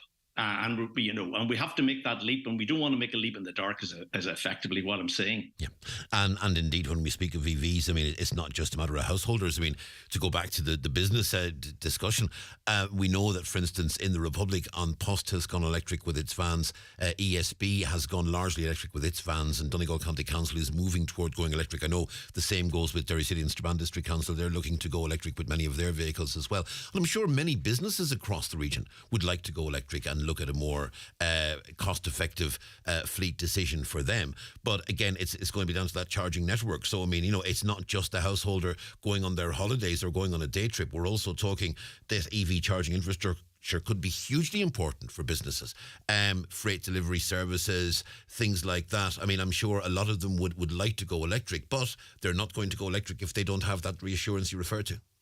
No, they're not, because you're talking about quite a bit of investment for a household, for a business to switch over in that way. They want to be assured that their vans, their lorries, or what have you, are going to be able to be charged up. Now, the obvious thing for them to do is install those charging facilities at where the vans and the other vehicles are parked. At the same time, they're going to be out on the road. They're going to be traveling fair distances. They want that assurance. So yes, it and I think that obviously too the cost of EVs is coming down, but I think it probably needs to come down to lower levels, or we need to provide more in the way of grants. I'm not quite sure of the grant situation in the south, but we need to provide something to people to help them make that transition. But the EV, but the charging network is absolutely critical in giving people the confidence to make the move. It's the 2023 Northwest Future of Energy Conference and Exhibition, the Roadmap for Energy Sustainability. It's in the Everglades Hotel on the Prehen Road in Derry. It takes place on tomorrow fortnight, Thursday, 16th of November, 9:30 a.m. to 4 p.m. A lot of exhibitors and stands, of course, as well. And that, Jamie, is going to be important to give people the chance to have conversations with potential suppliers, with potential partners. And very often at conferences like this, those conversations over coffee can be as important as listening to a presentation. Do you know that networking, I mentioned earlier that I do, I host these events, these business type events, and I often think that the networking is perhaps not quite as important as what they're hearing, but is a crucial element. And there are, as you say, lots of organizations, companies going to be represented. The main sponsor is SSE Renewables, of course, which owns wind farms and operates them north and south. So there is the chance to try and understand that whole form of energy production in greater detail. But yes, getting in a one-to-one with someone and explaining to them your predicament, what you think, getting advice, getting that sort of almost like a personalized type of discussion where you can put your queries and you're going to get quality information, as I think is a wonderful thing, and conferences offer that in the coffee breaks and in the lunch hour. It's not just about listening to the presentations, and they'll be fascinating in themselves. There's much more to it than that, as you suggested, with the networking. Jamie Delargy, thank you very much indeed for speaking to us this morning. Thank you, Donal. Thank you, Jamie. Morning to you. How are you all keeping? I hope you're very well. Hello, darling. Hope you've started packing. Mum. We're dying to see you this Christmas. The tree's up already. Mum, I don't know how to say this. What's wrong, pet? I can't come home this year. It's just too expensive. Oh, sweetheart. We'll miss you. Sometimes life keeps us apart. But at Highland Radio, no matter where you are in the world, this year we want to make Christmas extra special for one lucky family. We want to bring a family home for Christmas. You can nominate yourself or a loved one. Visit highlandradio.com to submit your nomination. Let's bring families together this Christmas. Do you need a little extra help staying in your home? At Bluebird Care, we offer a wide variety of QMark-approved personalised home care services across Donegal. And our fully trained and committed staff will always meet your care needs with kindness, compassion and dignity.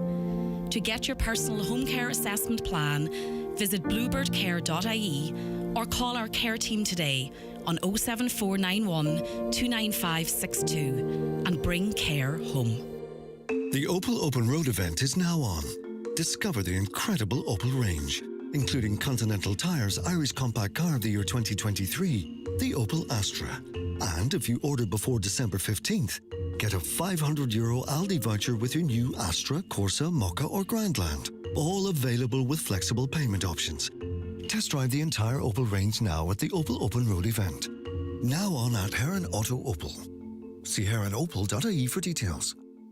Highland Radio weather updates brought to you by Grant. From condensing oil and HVO biofuel boilers to heat pumps and underfloor heating, you can trust Grant to heat your home. Visit grant.ie. Looking at the weather forecast, expect a bit more rain around the area this morning. That'll continue into the afternoon, but the showers will clear later this afternoon. They'll be followed by a mix of sunshine and isolated showers. Highs of 10 to 12 today, fresh and gusty southwest winds. Cloud will build early this evening. It'll stay dry though, mostly for the night, with some lingering showers. Winds falling light later. That'll allow some mist and fog patches to form. Lowest temperatures tonight 1 to 4 degrees Celsius. Tomorrow starting cloudy, but staying mostly dry with some hazy sunshine developing. A few isolated showers will develop for a time late morning and afternoon in top temperatures of 8 to 11 degrees Celsius. Now, if you were listening to the news with Donna Marie early this morning, you'll have heard Councillor Martin Hardy, the Cathaoirleach of Donegal County Council, discussing the issue of accommodation in our hotels and guest houses over the course of the summer, because we have, it seems, a serious lack of accommodation, and that's not going to impact on the hotel sector. That's going to impact on other sectors as well that service the tourism industry. Councillor Martin Hardy, good morning. Morning, Donal. Martin, in terms of the situation, you're in the pub business yourself, and obviously the more people there are staying in hotels locally, the more people there are visiting your premises, the less people, conversely, there are in hotels, the less summer trade you're going to get. Yeah, this is something probably been on the national executive of the vintners as well, Donal. This is something that has come up at national level as well, that I'm listening to it all throughout Ireland, but Donegal, with the high numbers of people that we have staying in the county, like you're looking at near 10,000 people now between Ukrainians and asylum seekers. So it's a massive amount of people, and there's about 2,500, almost 2,500, which over 50% of all the beds, hotel beds in Donegal, are taken up now through no fault of their own, through Ukrainians and asylum seekers. So it's a very difficult situation. And you know, it's great, Donal, like when we listened last week where Donegal got the 4th best place in the world to visit from the Lonely Planet Guide. my worry is going into next year that people try to come here, that the accommodation for the people, we won't have accommodation for people, and there's a knock-on effect then, as I say, to other businesses that depend on people walking around towns that are staying in hotels, going in to have a cup of coffee, buy a paper, going to gift shops, all the knock-on effect from that there. Even I've talked to councillors in Bundornick where you have a fish and tackle shop that is closing because they couldn't. They were depending on tourists staying in the area for doing a bit of fishing and also, and they were getting a turn out of that. So yeah, it's a massive issue going forward. I'm just trying to think of where can we leave ourselves come start of next year's summer season. And the problem, of course, is when you have people staying on what is supposed to be a short-term situation, we don't know how the conflict in Ukraine is going to pan out at the moment. At this point in time, it does seem to be it's going to be a stalemate for years and years to come. So whatever maybe hopes there may have been of an early resolution to that conflict, those hopes, I think, have probably at this stage faded. And it's difficult to see where there is going to be a situation in the near future that refugees from Ukraine can go home and rebuild their lives at home, which of course is what they want to do. But at this point in time, the conditions for that to happen aren't there. So unless we can come up with a different plan whereby people can be accommodated in situations that are appropriate and are comfortable and are suitable and are safe, it's difficult to see where we're going to find that alternative. Yeah, and you see, it's not really very fair on those people either, Donal, because nobody wants to live out of a suitcase. And as I said at our meeting, that we all love to go on holidays. We love to go on holidays for a week somewhere, maybe, or a few days somewhere. But it's always nice to get back into your own bed, as I say. But you can imagine waking up tomorrow morning and thinking, this is what I'm going to be doing for the foreseeable future, because, as you say, I can't see an end to this over the next couple of years, really and truly, because even by the time if the war stopped tomorrow morning, by the time Ukraine starts rebuilding again, we're looking at 18 months, possibly at least anyway, before a lot of those cities are even started to rebuild again, and the investment that will be needed from probably worldwide countries to do that. So I wish I could come on the show and tell you that I have a solution to it all. I don't. I suppose I'm just highlighting it and to see what we can put in place and what to try and make life comfortable for them as well. But at the same time, we have to try and secure our own economy into the future as well, and the economy, and for the people who work in all these small businesses as well, secure their jobs into the future as well. And obviously, and it's a discussion we have so often in so many contexts in Donegal, but maybe in some areas the solution is going to be build more capacity, build new hotels, build accommodation centres, build more housing. We're going to have that added complication, of course, in Donegal, and complication is the wrong phrase. It's a phrase I don't like using because it makes it sound like an irritation. We have the situation where there are many people in homes affected by defective blocks that over the course of the coming months and years are going to be knocked down and have to be rebuilt. So much of the building sector in Donegal is going to be focused on replacing homes affected by defective blocks and working in that sphere, that it's really difficult to see, even in Donegal in particular, how we could talk about rebuilding capacity in terms of hotels and accommodation centres when already we know our building sector is going to be absolutely pushed to the wall with defective blocks. Yeah, that's the issue as well. Even if we had enough money in the country tomorrow morning to replace all those houses, there's not enough contractors. And that's like a lot of businesses now. It's very hard to get staff. And the building industry is no different to any other industry. And then, see, we have the added problem as well then, whereas I mentioned at our local area meeting this week, where we had a project of 24 houses in the Balbafay area that had been sitting on the board Penella for 22 months. And then after 22 months, they said, no, it's a floodplain. Yet Donegal County Council granted planning for that on 2 occasions. Yet it can be turned down then. After 22 months, it takes 22 months to make a decision. That's not positive either, and we have to get this going, and we have to get it moving quickly, and quicker than it is moving at the minute. It's a conversation that's going to have to be national, really, isn't it? Because there's not going to be a local solution in Donegal to this. There's got to be conversations involving Fáilte Ireland, the tourism authorities, local authorities, be it through the Lama or whatever, and government itself. At this point in time, is the government talking enough to Donegal County Council about these issues? I think they're talking about it we hear a lot talk about it on a national level. I know we had a full day's meeting in Donegal County Council regarding housing and the different options that are available. It's getting all these. There's a lot of projects up and coming.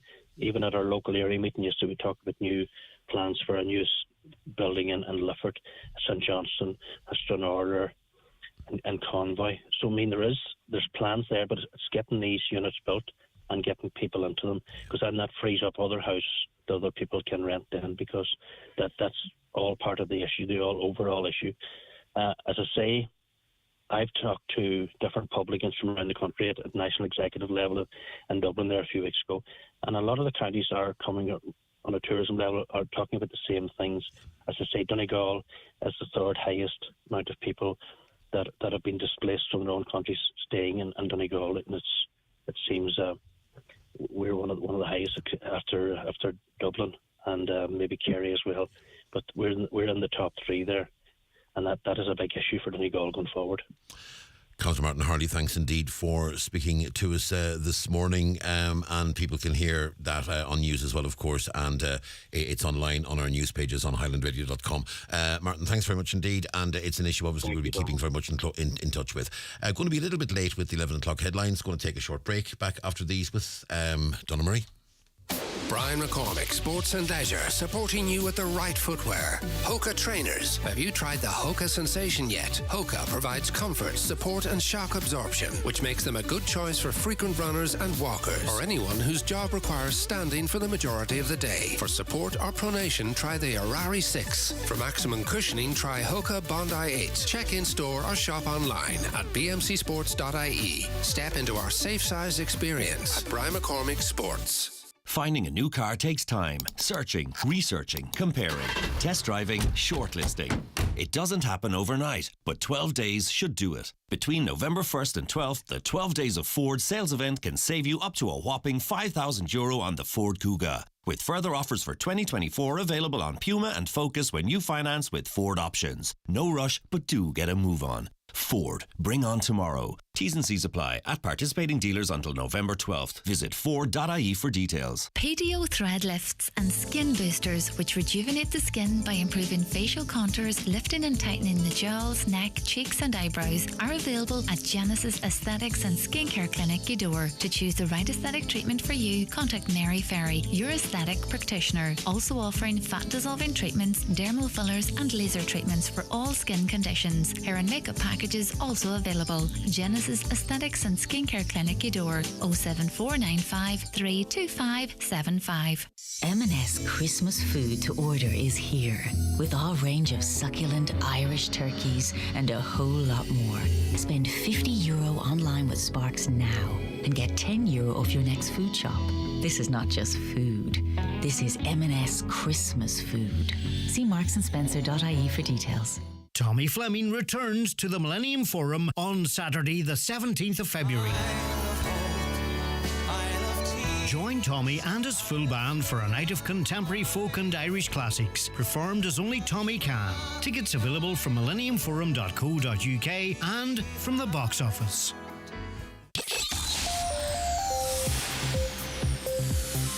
This is the 9 till noon show on Highland Radio. 2 minutes past 11, time for news headlines. We say good morning to Lucy Peoples. Thanks, Donal. Good afternoon.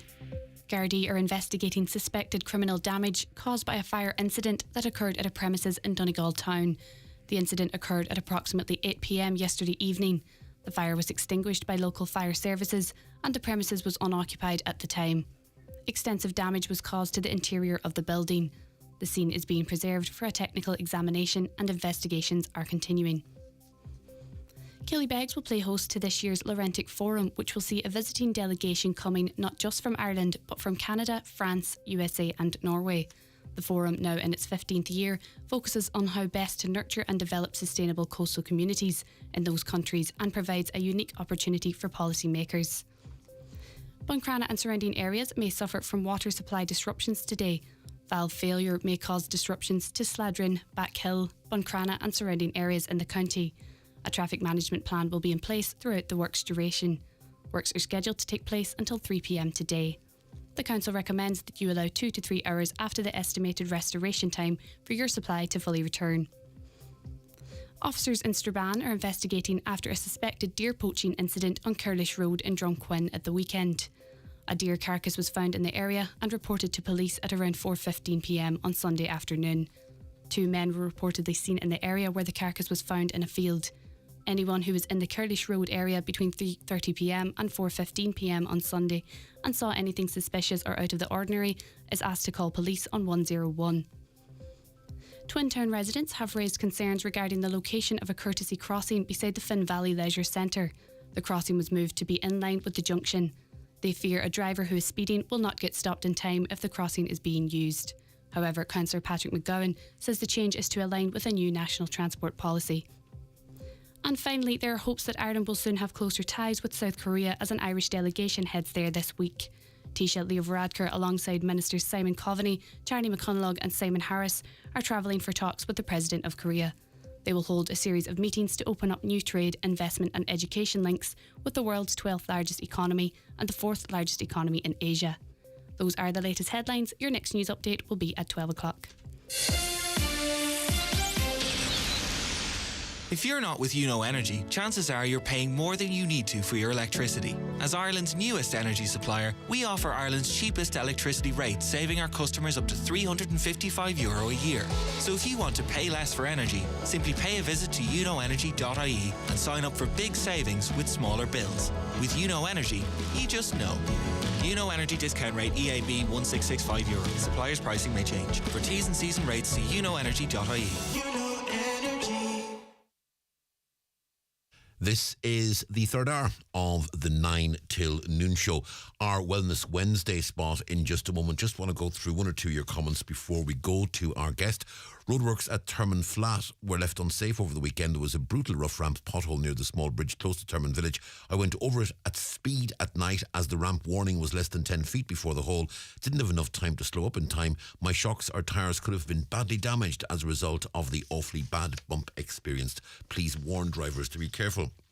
One mishap after another at Letterkenny University Hospital. Who's running it? And to me, a new set of management was sent in to listen to staff fears and patients' fears. It's ridiculous what's going on, so says a caller. Well done to the consultants who picked it up. Management never answered his calls. Makes you wonder what's going on. God only knows, I think, how many other things need to be checked, so says a caller. So a pilot study is sacrificing the safety of people in the Twin Towns in favour of down the country. Really? Asks a caller. Just want to, before we go any further, ask to wish a very happy birthday to a very special girl who's 12 today, Alina Duff from Tullygay in Letterkenny. Lots of love, Alina, from Mum and Dad. Hope you have the very best day now. Let's go to our Wellness Wednesday spot. We're joined by Dr. Kate McCann, who is a physician and creator of the social media project MDoc Health. And we're working on an initiative called Walk with a Doc. No, I have not misread it. It's not walk with an animal with 4 legs and a tail. It's walk with a doc. Dr. Kate McCann, good morning. Good morning. Now, walk with a doc. It's an interesting concept. Tell us all about how this works. Yeah, so Walk with a Doc was actually started in 2005 in the US by a cardiologist named Dr. Slabbiger. And he realized that it's one thing as a doctor to tell patients, you need to move more, but that you really need to do a little bit more than just have these 5-minute conversations in the clinic. So he started a program where he literally said to his patients, hey, why don't we all meet up? Come walk with me and let's talk. And he started that in 2005. It's grown since to be 500 chapters of doctors who go walking with patients around the world. And so the Irish chapter has been going since 2022, so just over, it's just coming on to 2 years now. And this last few months, I've been taking it around to a few different counties to introduce the concept to different groups of patients. You're actually speaking about a live, real person who is taking part in the walk and conversing with the people that's there. This is not on headphones over an online Spotify program or something. This is actually real people. Real people, yep. The events are free. They're open to everybody. On the one in Letterkenny coming up will be myself and a local GP registrar, Dr. Bonner.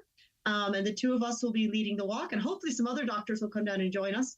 But we'll do a short 5-minute talk. The topic we're going to be talking about is staying active during the winter. A lot of people become less active during the winter because of a lot of real barriers, such as the cold and the dark and safety. We'll talk about staying active during the winter.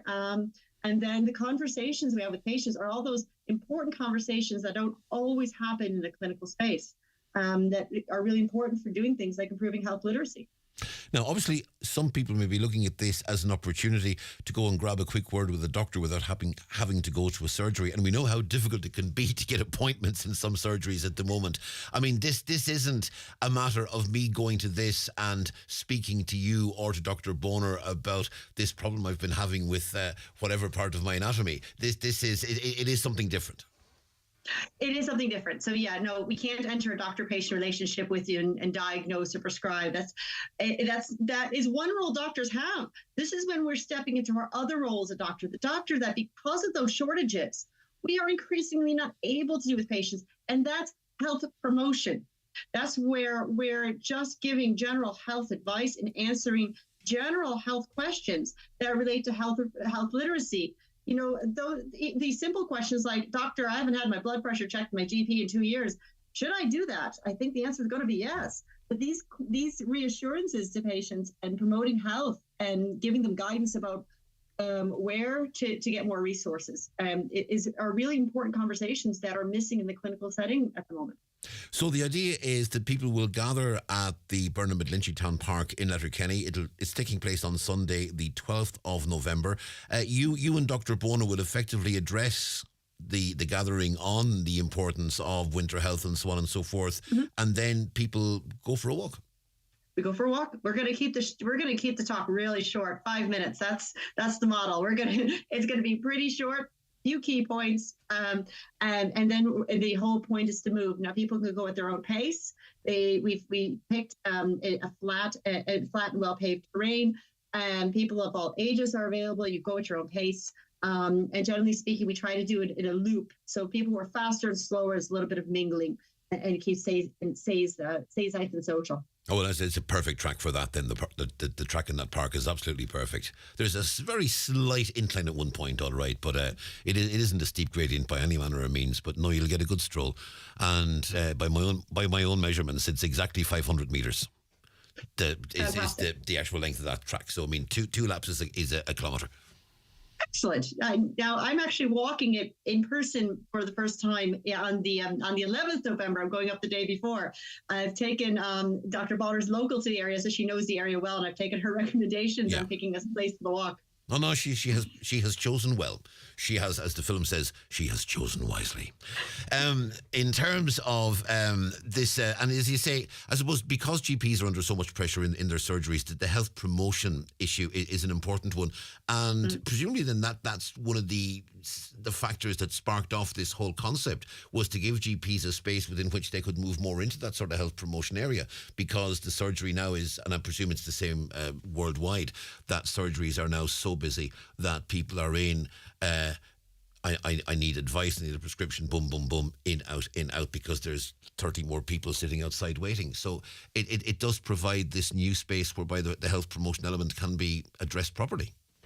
It is, and I like to highlight that it's not just GPs. I'm not a GP, and the person who founded Walk with the Doc was a cardiologist. So these pressures are also in specialist clinics as well, and this is where we end up with a number of problems of where we're dealing with problems after they've arisen, rather than maybe heading them off before they occur. Yourself and Dr. Amara Boner will be doing this. It's on Sunday the 12th of November at 11 a.m. People are welcome to join you. It's going to be an encouraging rather than a cajoling walk. You're not going to be pushed to go faster, go faster, go faster. Come on, push it, push it, push it, push it, push it. This is going to be very much, you're doing grand, you're doing fine, keep it up. Absolutely. In fact, a lot of times in consultations with patients, I usually reassure them that, you don't need to push yourself till you're out of breath or in pain to get the benefits of physical activity. Doing things at what we call moderate intensity, where you can still have a comfortable conversation with the person next to you. Absolutely. All you need to do to look after your all those benefits of walking. There's 100 reasons to walk, from heart health, lung health, for mental health. So for all those benefits, you don't need to be suffering with the benefits of physical activity. And how long does the walk take? We'll be down there for usually around 30 minutes. However, we'll hang out down there as long as people want to keep walking. We'll be down there. I'll hang out there for at least an hour if that's people want to take their own pace or do a few laps. And walkwithadoc.org is the website that will explain to people, give them a bit more perspective on what's actually happening there. Absolutely. You can check out walkwithadoc.org. That's the international website. It gives a history. And then if you want more details on the Irish information, I have it on my blog. And that's Dr. Kate McCann. Kate, thanks very much indeed for speaking to us this morning. It sounds a really interesting one, and I'm sure you'll get a really good crowd there at 11 o'clock on Sunday week. So that's Sunday, checking his date really, really quickly. It's the 12th of November. Kate, thank you very much indeed. Thanks so much. That's Kate McCann there speaking to us. And Walk with a Doc, and that's taking place, as we said, on Sunday, November 12th. It's 11:15. Time for a short break. The county's #1 talk show, the 9 till noon show on Highland Radio. If you've lost someone close, it could help to talk. Why not call the bereavement support line on 1-800-807077, Monday to Friday, 10 a.m. to 1 p.m. We're here to listen. Managed by Irish Hospice Foundation and supported by the HSE. It's a Tuesday. You're off, but you're not off. You're in town to pick up their kit or do a big shop, and you'd love a bite to eat somewhere. But it's only Tuesday. Well, there's no need to feel guilty about stopping off at Kelly's Diner, because the menu is packed with tasty choices at great value. With fast, friendly service and loads of parking, you can treat yourself any day of the week at the award-winning Kelly's Diner, Mountaintop, Letterkenny. Restex Beds and Furniture special offer for this month only. They're giving a free pack of hotel-grade pillows for every customer when you buy a bed or mattress. T's and C's apply while stocks last. Call into their showroom at Restex Beds, Mountaintop, Letterkenny. Come along and join the team at Homeland Letterkenny for a festive evening in store on Thursday the 2nd of November from 6 till 8 p.m. Enjoy festive music and save 20% off Christmas lights and artificial Christmas trees on the evening. Mince pies and refreshments for all. Visit homeland.ie for more information. The move to electric is on, with Kia powering ahead in electric vehicle technology. Take the stylish Kia Niro EV, the multi-award-winning EV6, or the all-new EV9 with space for up to 7 people. Order your 241 model now to avail of flexible finance options, a free home charger, and a €500 super value gift card. T's and C's apply. Visit Hearn Auto, Donegal Town for your 241 Kia. Highland Radio time checks with Expressway. Travel Route 32 from Letterkenny to Dublin when you book online and travel for less. Expressway, bringing you the time at... And the time is 17 minutes past 11 o'clock. Just a few of your comments. Caller says, why would people change to electric cars with the price being charged in this country? Another caller says, are we all away mad? Bottom line is the problem in many people in Ireland is lock the gates and send them home. The problem with overcrowding in hospitals is the same with hotels, overcrowding on the roads. Give Ireland back to the Irish and we will manage the best. That's the perspective of a caller. If Donegal County Council's planning department approved planning permission for builds on a floodplain, how can we have any confidence in them to make planning decisions which will not result in homes being flooded in the future? It seems incredible that it takes on board Planola to keep us safe, so says a caller. I think that's a reference to comments Councillor Martin Harney made earlier. Went to Derry last night, as I have been doing for years. The Festival itself was fantastic. The car park nearest the foil itself, we got our tickets just before 9, exited the car park more than 90 minutes later. There were people around us with newborn babies, no formula. We discussed this situation earlier actually, and basically we had a response from the Foilside shopping centre which told us that basically the situation was that there was gridlock in the city centre and nothing moved for about an hour and a half. And this caller says, look, I feel very sorry for the organisers of the festival, as those who were stuck in that parking situation last night will think very hard before they return. I can absolutely understand that. Now, yesterday was Halloween. We've had 2 individual texts. One says, I'm not from Carn. I'm from Carn, I don't live there. But last night, Halloween, people were throwing bricks at cars. One car had a window broken. Then they proceeded to set the diamond alight and break ceramic flower pots at the chapel that were there for years. Then on another road by Malin, there was lighting going on there. It's Halloween trick or treat, but we should not be attacking people and property. Another caller is saying, we had a fire lit in the middle of the town close to shops. How anyone would think this funny is beyond me. And that again is from a caller in Carndonagh. So I was joined this morning by Deirdre Bradley, who's the chair of Carndonagh Traders, and we spoke to Deirdre not that long ago on the programme in a different context. Deirdre, sadly, the context we're speaking today is a slightly more serious one. Hello, Donal. How are you? Yes, unfortunately, it's nothing to be proud of, and it's very embarrassing, and I just can't understand the thinking behind it. There's a lot of damage done to the town. There was a lot of people. I actually was talking to someone today who had visitors drive through the town last night to go to her Airbnb, and it was very terrifying.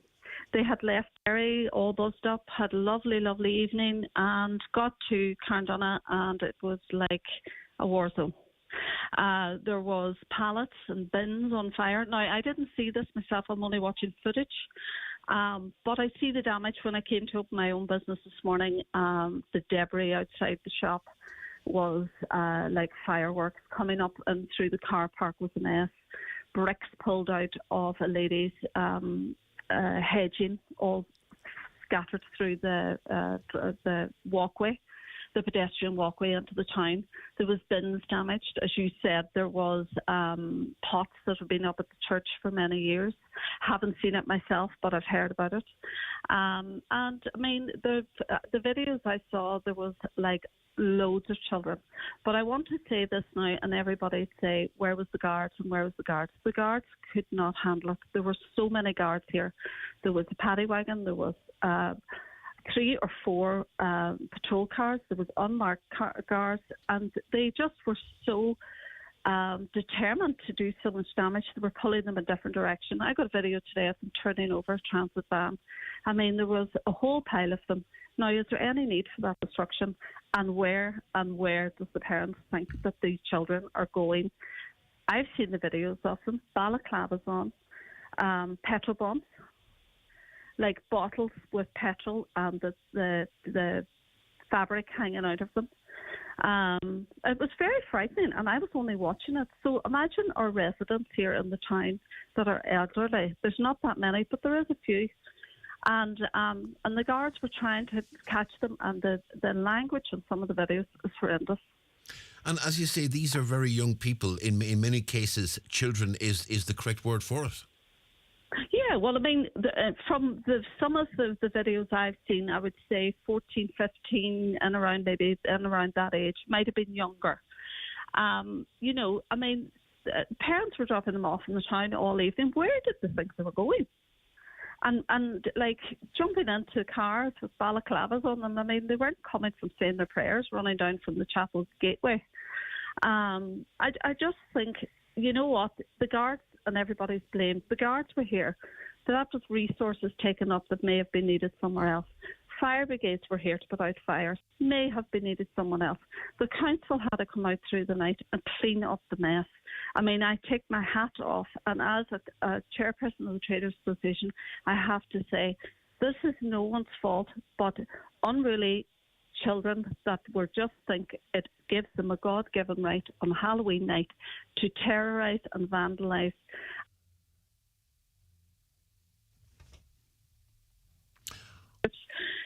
business people like myself and all around the town that are constantly painting and cleaning and putting up plants and to make sure that when visitors come into the town, that it's a nice, warm welcome. Now, anybody coming through that town last night would have thought, Mother of Divine, where have we been landed? Just disgraceful, absolutely. Burning wheelie bins. I mean, the amount of businesses that have lost their wheelie bins, they're going to have to recoup. They're going to have to buy new bins. There was a bar in town, I don't know about how many they lost. And I mean, watching the videos and the language, like, I will petrol bomb your house, you know, this kind of thing. I mean, it's just unbelievable. And I think that from the footage, and it should be made public, although we don't want to say that, oh my God, don't come to Carndonagh, it's like a mad place altogether. I mean, that car that got the window put in last night, there was a brand new baby in that car. And it doesn't matter if there was a 70-year-old or a brand new baby, that you should be able to drive through your own town and not have your car vandalised. And I do think parents need to start asking questions. Were you in that crowd last night? And watch the videos and see if they are. And they do need to be reprimanded. We don't want this happening again. Like, we were all forewarned last night, but just because it was Halloween, put down your shutter and all. Like, there was a firework came down from the chapel entrance that got stuck in my shutter. Now, if I hadn't had my shutter down, and I mean, the fire was only just across the road from me, I could have had smoke damage this morning. And I'm not just on here to talk about me. I'm on about people that wouldn't feel safe to come into the town. I'm thinking maybe tonight, well, no, I'll not bother because Cairn's awful rough. It's not. It was one night incident. But I just wanted to say that, you know, the guards were there last night. There was a big presence of them, but there was just so many.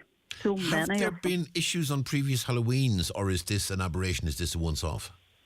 Years ago, there used to be a bit in one area in the town, and it would be throwing of apples and there'd be throwing of eggs. But this, and there might have been a few wee smaller incidents, but this was horrendous. I mean, this was frightening. I mean, there was a bomb for the whole street in front of the shop, and just looking out at here, all this, like, there's burnt holes in the street.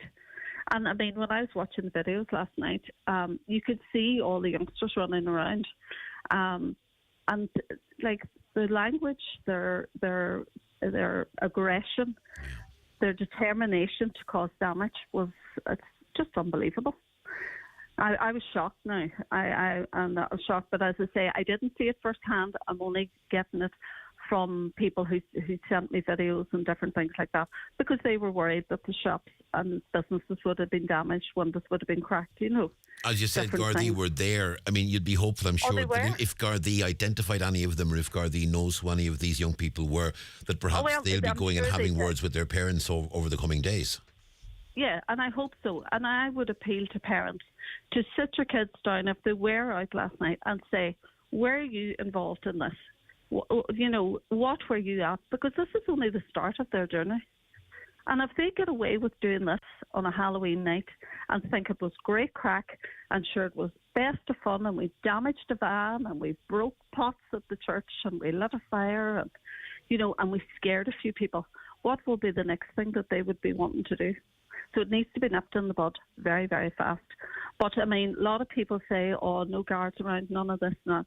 But there was nothing more they could have. My husband even rang the guards last night, and he says, look, we have 3 patrol cars extra coming, and we have this happening, and, you know, but the crowds of them, it was very intimidating now just watching it. So I wouldn't like to have been a resident here in town last night. I'm sure it was very frightening, wondering, was your car going to be burned out, or was it going to be... And I mean, these are children. They're not adults. These are children. Yeah, you know, they mightn't be 10-year-olds, but they're children. Yeah. The sad thing is, the last conversation we had was when the card was being launched, and we were speaking about the community spirit in Carn and how Carn pulls together as a town and as a community. And this is the direct opposite of that. And it's sad to see this, but as you say, hopefully a conversation will be had in the coming days at family level, and those conversations will ensure that this doesn't happen again. Yeah, and I would appeal I would appeal to parents. I'm a parent myself, and I haven't raised 4 angels. I know that. But sit down with your kids tonight at the tea table and ask them, where were they last night? What were they doing? Because do you really want that for your child? Do you want that? Do you want the next step that the guard's going to fall into your street to say that they've damaged a car or wrecked a car? Because do you know what? Everybody's struggling financially as it is. And like even businesses to go and get bins again and to go and start over again. And that's, you know, but it's just the thought that our youngsters coming up in this locality, and that's what they think of the work that all of us have done to put Carndonagh in a better place, making it more pretty, more accessible, that people are going to enjoy it, feel safe here. I mean, you're supposed to feel safe in your own community, and I would say anybody last night that went through the town were definitely not feeling very safe. Deirdre, thanks for speaking to us this morning. And as we said, Gardaí were there. They're looking into it, and hopefully we'll get some resolutions. Yeah, and I want people to realise that the guards were here. They were doing their job. The firemen were doing their job. Council did an amazing job on a clean-up so that we didn't have to open our doors tomorrow to that mess. So I just want to thank them on behalf of the Traders Association for everything that they did do. But I think the conversations need to be had this evening. Yeah, well, we're getting messages in. Caller says, I witnessed students in another town setting off fireworks at cars in a car park behind a library in broad daylight. They just looked at me and laughed. Another caller says, it's so sickening to hear this. I'm from Clonmany myself, but Carn has done such a lot to make the town so beautiful. To see this happening is terrible. A fire was lit last night at the railway bridge in Killygordon. It's pure and simple antisocial behaviour. Again, caller asking where are the parents. Another caller again, the same thing happened last night in Killygordon, and it's been getting worse every year, so it's not limited to Carn, sadly. Deirdre, thanks indeed for speaking to us today. Not at all, Donal. Have a good day. Thanks very much. You too, Deirdre. You too. That's Deirdre Bradley, the chair of Carndonagh Traders. Just a few comments and perspectives before we go to a break, and business matters, of course, coming up very shortly because it is a Wednesday morning. Last October, a caller says, this is an email we got. I fell downstairs and landed awkwardly. Within 2 days, I had to give in and get an X-ray. I was told I'd pull muscles on the rotator cuff. I was told to take pain relief. I was still working as a home care assistant. Pain was unreal with mobility minimal. I was due to fly to Australia in November, so I couldn't take sick and annual leave in a short space of time. My shoulder did click whilst at work, and it freed up a little with a pop and pain. I went to Australia on a holiday, first stop a chiropractor, to discover my shoulder was dislocated. Letterkenny Hospital have sent me a bill for €100 for the X-ray, which I didn't pay as my doctor had emailed my details to the emergency department. They said they had no record of this, but now it's been passed on to a debt collection agency. The pain I was in due to the fall, but how was the dislocation missed in the X-ray? How can this happen? Should I make a written complaint, or am I just wasting my time? So asks the caller. Now, I think if you feel that you are not being treated properly, absolutely, you should make that known. And if there is a complaints process, as I understand it, at the hospital, and yes, absolutely, if you think the hospital isn't treating you properly, yes, you should bring it to their attention. Caller says, Leo and the boys heading off on yet another annual junket. Another caller says, I'm so angry this evening. Figures released by the Irish Nurses and Midwives Organisation have shown a notable decrease in overcrowding numbers at Letterkenny University Hospital in October. What an absolutely ridiculous statement to issue. Anyone who lives in Donegal knows the figures they publish are not reflective of the real situation in the hospital. Why in this world would GPs and consultants be writing to the Minister for Health if the figures were down? Can anyone ask the INMO to explain this? And the regards from a caller who sat in the emergency department for 36 hours, surrounded by an overfull waiting room waiting to be seen. There have always been issues with the numbers on trolleys in the emergency department go up and down every year.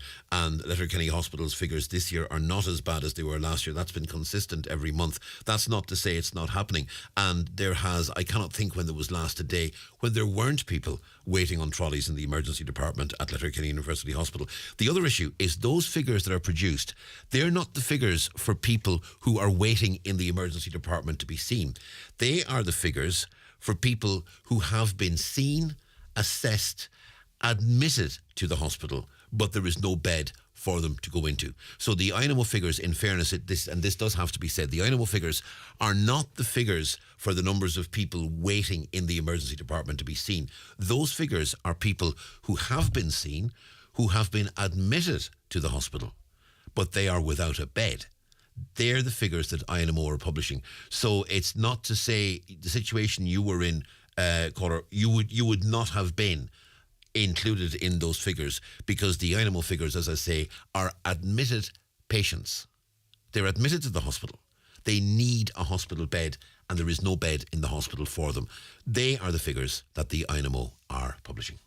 Watch the show live now on YouTube, Facebook, and at highlandradio.com. Go full Lidl and watch the savings come alive. Find wickedly good prices on Carlsberg 18 bottle packs. We're €15, now $12.29. And sink your sweet tooth into our Mr. Choc range, like caramel chocolate bars from $1.19. Go on, have a Halloween without compromise. Go full Lidl today. Get the facts, be drinkaware, visit drinkaware.ie. Join Margot, Philomena Begley, John McNichol, Donna Taggart and Mark Roberts at Knock Basilica on Friday the 1st of December for a Christmas spectacular in aid of victim assistance, an Irish charity supporting all victims of crime and trauma in Ireland. Get your tickets now from ticketmaster.ie. Price €30 plus handling fee.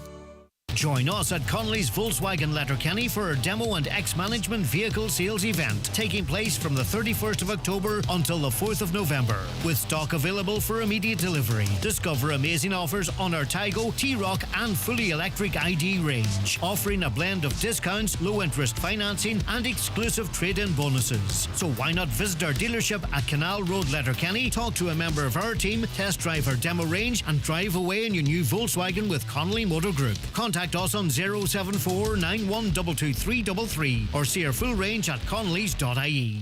Mr. Blue Sky, please tell us what. The Lotto jackpot is an estimated €4 million. Play responsibly in store, in app, or at lottery.ie. The National Lottery. It could be you. Mary here from the cosmetic department at McGee's Pharmacy to let you know that Lancome have a great beauty gift available this week. Buy 2 Lancome products, one of them to be skincare, and you will get a free 8-piece gift containing the full-size Galaxy Comfort Cleanser, Renerche Day and Eye Travel Size creams, and more iconic Lancome products. This is available until Saturday the 11th of November or while stocks last. Some T's and C's apply. Remember, for any skincare advice, you can always talk to Gemma or myself here at McGee's Pharmacy on Main Street, Letterkenny. Are you ready for Deal a Day November? Irwin Expert Electrical are bringing you mega savings this November on your favourite brands like LG, Samsung, Dyson and Fitbit. Shop smart, save big and stay tuned to Irwin Expert Electrical on social media for the exciting daily deals. All eligible for the Christmas layaway service. It's the 9 till noon show on Highland Radio. It's 24 minutes to 12 noon. It's a Wednesday morning, and that means it's time for this. Business Matters, in association with the Faculty of Business at ATU Donegal. For a career in financial governance, consider the Level 9 MA in Governance and IT in Financial Services, starting in January. Contact the Exec Ed Coordinator on 9186206 or email donald.hannigan@atu.ie today. Well, it's all change on Business Matters this morning because we have a new presenter. Chris Ashmore, good morning. Good morning, Donal. Chris is the new presenter of Business Matters. Chris, it's been a busy few days for you getting this one together, and we're starting off this morning with some really interesting news from IDA Ireland. Yes, indeed. IDA Ireland has been given planning permission, subject to a number of conditions, for the construction of a new advanced technology unit for use as offices or manufacturing purposes at the IDA Business and Technological Park here in Letterkenny. Now, the new building, they used to call them advanced factories years ago. The plans are to construct it in a field which is just below the CETA building, which people may know on the Business Park Road and opposite the Tata premises. So it's in that new area that's been developed. And many will see this as a real vote of confidence in Letterkenny. Construction likely to start next year, but it'll mean when they're trying to attract in new investors that there will be a building there that can be tweaked and used for whatever purposes required. So that's a very positive bit of news. And of course, that Tata premises is what would have been the Primerica building, that big one. Yes. the blue one that's there. So that's really good to see, because that is a buzzing area. I mean, between you've got Sita, you've got Tata, you've got the one, is it Omni Belt it's called or something, the one just below it. It used to be Kirchhoff or something. Yeah, that's right. There's a lot happening, because for years they just had 3 plots and there was very little happening in there. So no, it's really good to see that area really pick up. New home plans as well, some housing developments planned for the wider Letterkenny area. Yeah, now if we cast our mind back to the Celtic Tiger era, and there seem to be houses and apartments going up left, right and centre, not too much building activity in recent times, but plans are in the pipeline for a new development in the Ardoror and Kiltoy area of Letterkenny. CR Renaissance Properties Limited is looking to develop 8 3-storey duplex units, which would each have 4 apartments as such, and what is known as a pre-validation planning application has been lodged. Essentially, this is the first step to see if the proposals tie in with criteria and local requirements, but might be a little bit down the road before it's actually built. But again, good to see development, because as we all know, there is a shortage of housing in Letterkenny and throughout Donegal. Absolutely. IT literacy is hugely important, and an interesting development coming on stream with the library service and the Donegal ETB.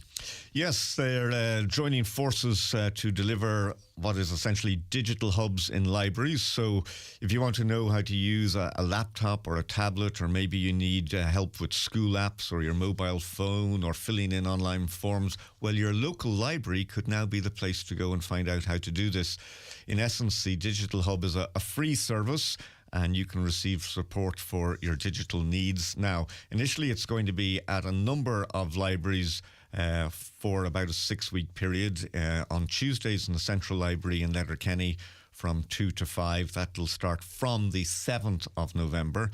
On Thursdays in the Donegal Town Central Library from 2 to 4 from the 9th of November, and also from the 9th of November in Carndonagh Library on Thursdays from 2 to 4 o'clock. So it's a free service, and you don't need to book. You can just go along. Feel free to bring along a laptop or a phone or anything, and there'll be a tutor there to help you out. So that's a great initiative, and hopefully it'll lead to further developments in the future. Absolutely.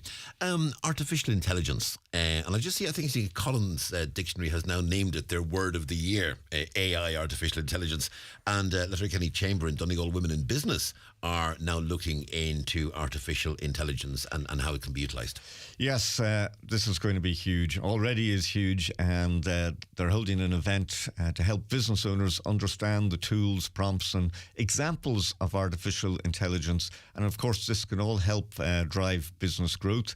The event is called Marketing Artificial Intelligence and You Supercharge Your Small Business, and it'll focus mainly on the areas of marketing and communication, while maintaining the essence of real human connection. Now, there's going to be a number of guest speakers. There'll be a panel of local small business owners there who'll share their experiences and provide invaluable advice, and it'll all take place at the Silver Tassie Hotel. And that's on November the 22nd from 7 to 9 p.m. The event is free for members of the Donegal Women in Business Network and Letterkenny Chamber members, and non-members it's €20. As you say, Donal, it's like years ago when the word app sort of first surfaced, people were wondering what it was. You can hardly turn on your radio or television now without hearing about AI, and even just simple things, people can do it themselves on their laptop and put it into chat and Bing and things, and it's unbelievable what comes up. Yeah, and we're told our jobs are going to be overtaken by ChatGPT within a couple of years as well, which I don't believe for a moment is going to happen. I don't think so, no. I think we still need that human touch. We still need that personality. And, artificial intelligence, it's great for it. And I think really what this is, it's a matter of utilising the benefits of artificial intelligence without losing the human touch. It's good to see that they actually do say here that maintaining the essence of a real human connection is important. And it is. I mean, a computer can never replace a person. No. It can hugely help, and let's face it, our jobs could change utterly. When I look at the technology that we use in the job here on Highland, I mean, the technology is utterly different to what it was when I started here. because back then we were just sort of using sticks and stones. but I mean, there will always be the need for that human touch as well, and it's finding that balance between the two. Let's talk about the podcast, because you'll be launching your maiden podcast this week, and a very interesting first guest. Yes, my guest this week is Sarah Marie McDevitt from Anagri, who runs the Pine Hill Studios in Letterkenny. Her business dates back to 2013, when she began her journey to bring what she terms fun fitness to Letterkenny. And since then, there's been a range of classes, with hip-hop proving to be particularly popular, a lot of dance-related classes, and what was once a warehouse at the premises at the Pine Hill Business Park at the mountaintop has been developed from 2 studios to 5 in a bright, modern atmosphere. And it's also become a hub for independent operators as well, and this all helps have everything under the one roof. Sarah Marie began with adult classes and soon found great reaction to the hip-hop classes for children, and they really have gone from strength to strength, and there have been lots of awards won.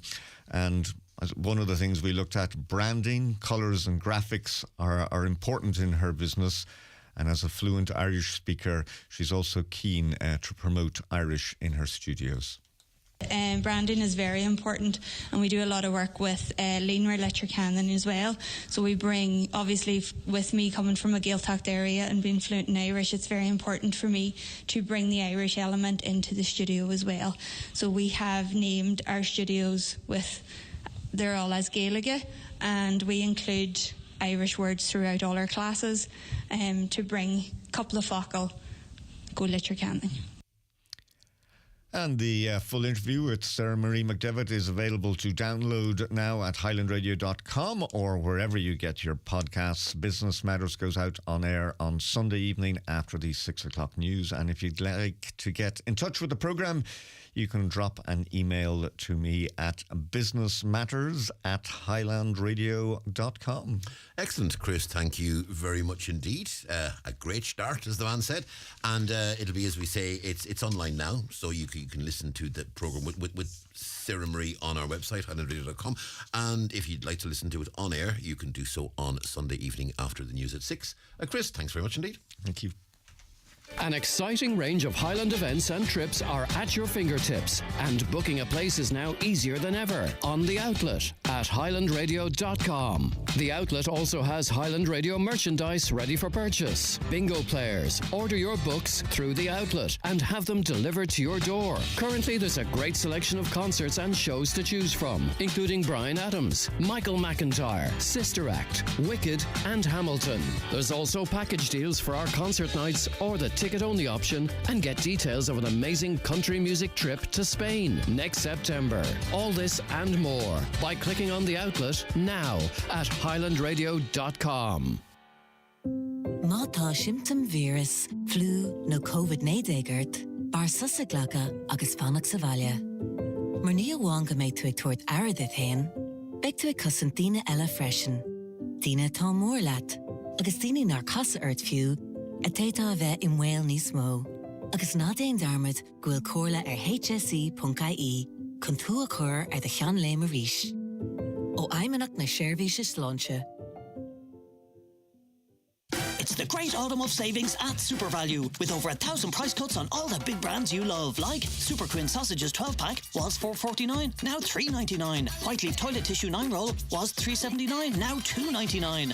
And money off vouchers every week on the app too. So pop in for great savings in-store or online this autumn at Super Value. Exciting news! Kia at iMotors are thrilled to introduce our stellar offers for 2024. Enjoy peace of mind with a complimentary service for the first 2 years, plus an additional 1 year if you're a Kia customer already. 1.9% finance on EV cars, 3.9% PCP, providing flexible and affordable payment options, and receive a €500 Super Value voucher when you purchase a Kia. These offers are designed with you in mind. Don't miss out. Visit iMotors today in Letterkenny and Malin. Highland Radio weather updates, brought to you by Grant. From condensing oil and HVO biofuel boilers to heat pumps and underfloor heating, you can trust Grant to heat your home. Visit grant.ie. This is the 9 till noon show on Highland Radio. Donal Kavanagh with you for the next 14 minutes or thereabouts. Now, I want to go to Mary T. Sweeney, who chairs the Letterkenny Hospital Campaign Group. Mary T. is on line 1. Mary, good morning. Good morning, Donal. You have to excuse me. I've had an awful dose with laryngitis here. So. Right. I won't keep you too long. But we've had a lot of discussion, obviously, about the hospital. We've had the letters from the GPs and the consultants in recent weeks, and we've had the latest revelation with regards to the radiology department. You believe now that it's imperative that Health Minister Stephen Donnelly come to Letterkenny and not only meet with hospitals and management and doctors, but meets with yourselves and with patients as well. Of course, because we represent a cross-section of the community, both staff, previous staff and patients, and the general Donegal community.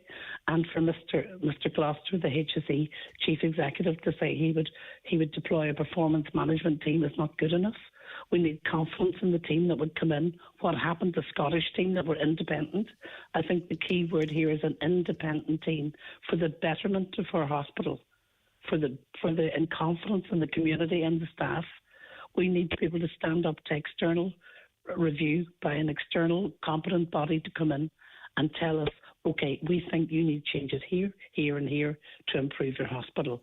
But the worrying thing about yesterday's information coming out about the radiography, the X-ray, reading the X-rays, was who vetted this person coming in? How were they vetted? How many times has he worked in Letterkenny Hospital? Is this his first stint, or were there previous stints where he did locum? So should there be other people identified as well that need to review their X-ray, their scan, their ultrasound? Because this could be ultimately terminal for somebody that has had a tumour or has had something significant that could affect their overall health. So we need more accountability and openness to know how long this person, or has this person been allowed to now go and locum at other hospitals. We have to have a moral duty of care for patients to know that the department is going to follow through and identify the weaknesses and how this person ended up progressing to be a consultant in Letterkenny Hospital. Well, perhaps you didn't hear, we had Professor Pat Ward, who's CELTA's clinical director, on the programme in the previous hour. Now, he has told us that this particular locum was registered with and on the approved list of the Irish Medical Council, and that's where they actually got the contact, was through the Irish Medical Council. They had references which they checked. The locum was subsequently, as we know, that contract was terminated, and the hospital is going back to the Medical Council with its findings. So, as he said, it's the Medical Council who ultimately is responsible for vetting and registering these particular locums. So they got this locum through the Medical Council, and they are reporting back to the Medical Council with regards to their review of the work that was done and the issues, and it'll be up to the Medical Council, he said then, to ensure that other hospitals are aware of the situation. So that's just to answer that one as best he could. That's the response we were given by CELTA this morning. But my point is a bigger point, in the sense that the vetting process has failed. It has failed miserably. So how many other people have got through the system? We need to review the full vetting process. And the agency that's been used, my understanding is that they use an external agency that are paid to vet. So the whole vetting process needs to be immediately reviewed to prevent other people getting through in the system. You know. Yeah, and the Minister, we still haven't heard when Minister Donnelly will come to Donegal. He has said he will do so. You obviously want that to be sooner rather than later. Well, we, at our meeting last night, we held an emergency meeting last night, but impacted by the events in Letterkenny Hospital, that this is a crisis, this is an emergency. And people need confidence in our hospital. And if the Minister doesn't come, then we have no choice but in January, which is a year after the original street protest campaign, that we will go to Dublin and demand that the Minister comes to Donegal. We have to do all we can to support the doctors, the nurses and the healthcare staff that are working, that are hard working in the hospital. And what is this not doing to their morale and their confidence? Yeah. It's terrible that they're being put through this on top of all the crisis with the overcrowding and the A&E and the lack of beds. You know, there's so many, our doctors having to actually travel off-site to go down to an outpatient facility away from the hospital. There are so many wrongs up there that need addressed. You know, we need our hospital on site, on campus, and the amount of money being spent on taxis, taking patients to go to outpatients, to go to eye clinics in St. Connell's. Management needs to review, revamp and restock and reassess the way it's been run. On a local basis and on a national basis, we need to review policies and procedures to get the best hospital for the people of Donegal, I think. And that's what the message came out of our meeting last night. And that's the message you'll And we will assist the doctor. We're trying to currently write to the GPs at the 80, I believe it's up to 80 now GPs, and to the consultants. We're having a bit of difficulty with bounce back from the emails, the health service emails. So we have been writing to all the GPs to try and offer our support, to do whatever we can to support them if they want a day of action or if they want to go. We need to make sure the Minister meets our doctors and our consultants and gives them proper reassurance and a proper external review to come in to identify their needs, that we can have a better hospital. Mary T. Sweeney, thank you very much indeed for speaking to us this morning. And we will wait with interest the Minister's visit, and we look forward to speaking to yourself and to others once that happens. But in the meantime, look after that throat, Mary T., and have a great day. Okay. Okie doke. Bye now. Donal. Thank you. That's Mary T. Sweeney there, who chairs the Letterkenny Hospital Campaign Group and is also, of course, CELTA's representative in this area. Not CELTA, excuse me, Aontú's representative in this area as well. Excuse that slip of the tongue. Just want to mention a few things before we go, and we're coming close to the end. The Letterkenny One Act Festival takes place in Ungradon Theatre over this coming weekend. It's on Friday the 3rd and Saturday the 4th and Sunday the 5th of November, 3 plays per night. It's part of the national festival with nominations to the All-Ireland finals. Admission is €12 nightly, or you can get tickets to all 3 nights for €25 through Ungradon Theatre. The first night we have plays from Leitrim, Sligo and Carlow. The second night plays from Cork, Antrim and Cork. And the third night it's Antrim, Clare and Wexford. And a variety of drama groups and plays being presented. More details, of course, on Ungradon Theatre's website. So the Letterkenny One Act Festival taking place this coming weekend. Caller expressing interest, and we've been speaking quite a bit about health at the moment over the past 2 days. Caller says Letterkenny hospital crisis is now impacting directly on St. Joseph's Hospital in Stranorlar. Those people who are used to St. Joseph's are being sent to private nursing homes when it's their week for respite. This is unfair. People should not have to be farmed out to places they're not used to going just because there are issues in a hospital. St. Joseph's is now accepting over 65-year-olds from the overflow in Letterkenny. That's exactly what happened in New York during COVID when ill patients were brought into nursing homes. How many other contagious illnesses apart from COVID that can be dangerous to elderly people are potentially going to be transmitted? Can we make this a discussion? Stephen Donnelly, the Minister, needs to become involved, and that's a call from a caller there who has a parent in St. Joseph's at the moment. Now, another comment. Raymond says Bolivia in South America has become the first country to break diplomatic relations with Israel over what's happening at the moment in Gaza. It's past time that Ireland did likewise and break diplomatic relations with Israel. Another caller says, why can't they make EVs 100% self-charging? It can be done, but not enforcement. Then we wouldn't need charging points. I guess it's all about money.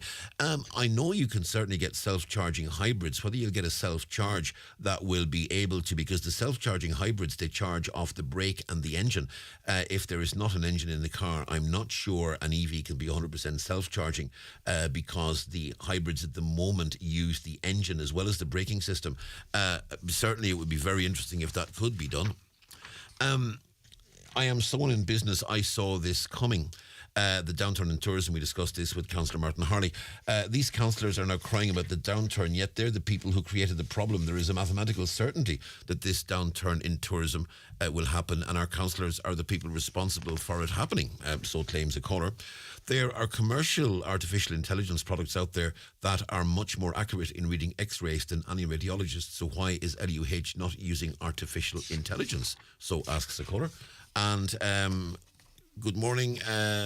Tell that man it takes 50 years for windmills to pay for themselves, so we won't be seeing cheap energy anytime soon. windmills kill whales, and on offshore windmills kill whales, onshore they kill birds. Aren't we supposed to be saving wildlife? That's the discussion we had on the energy conference.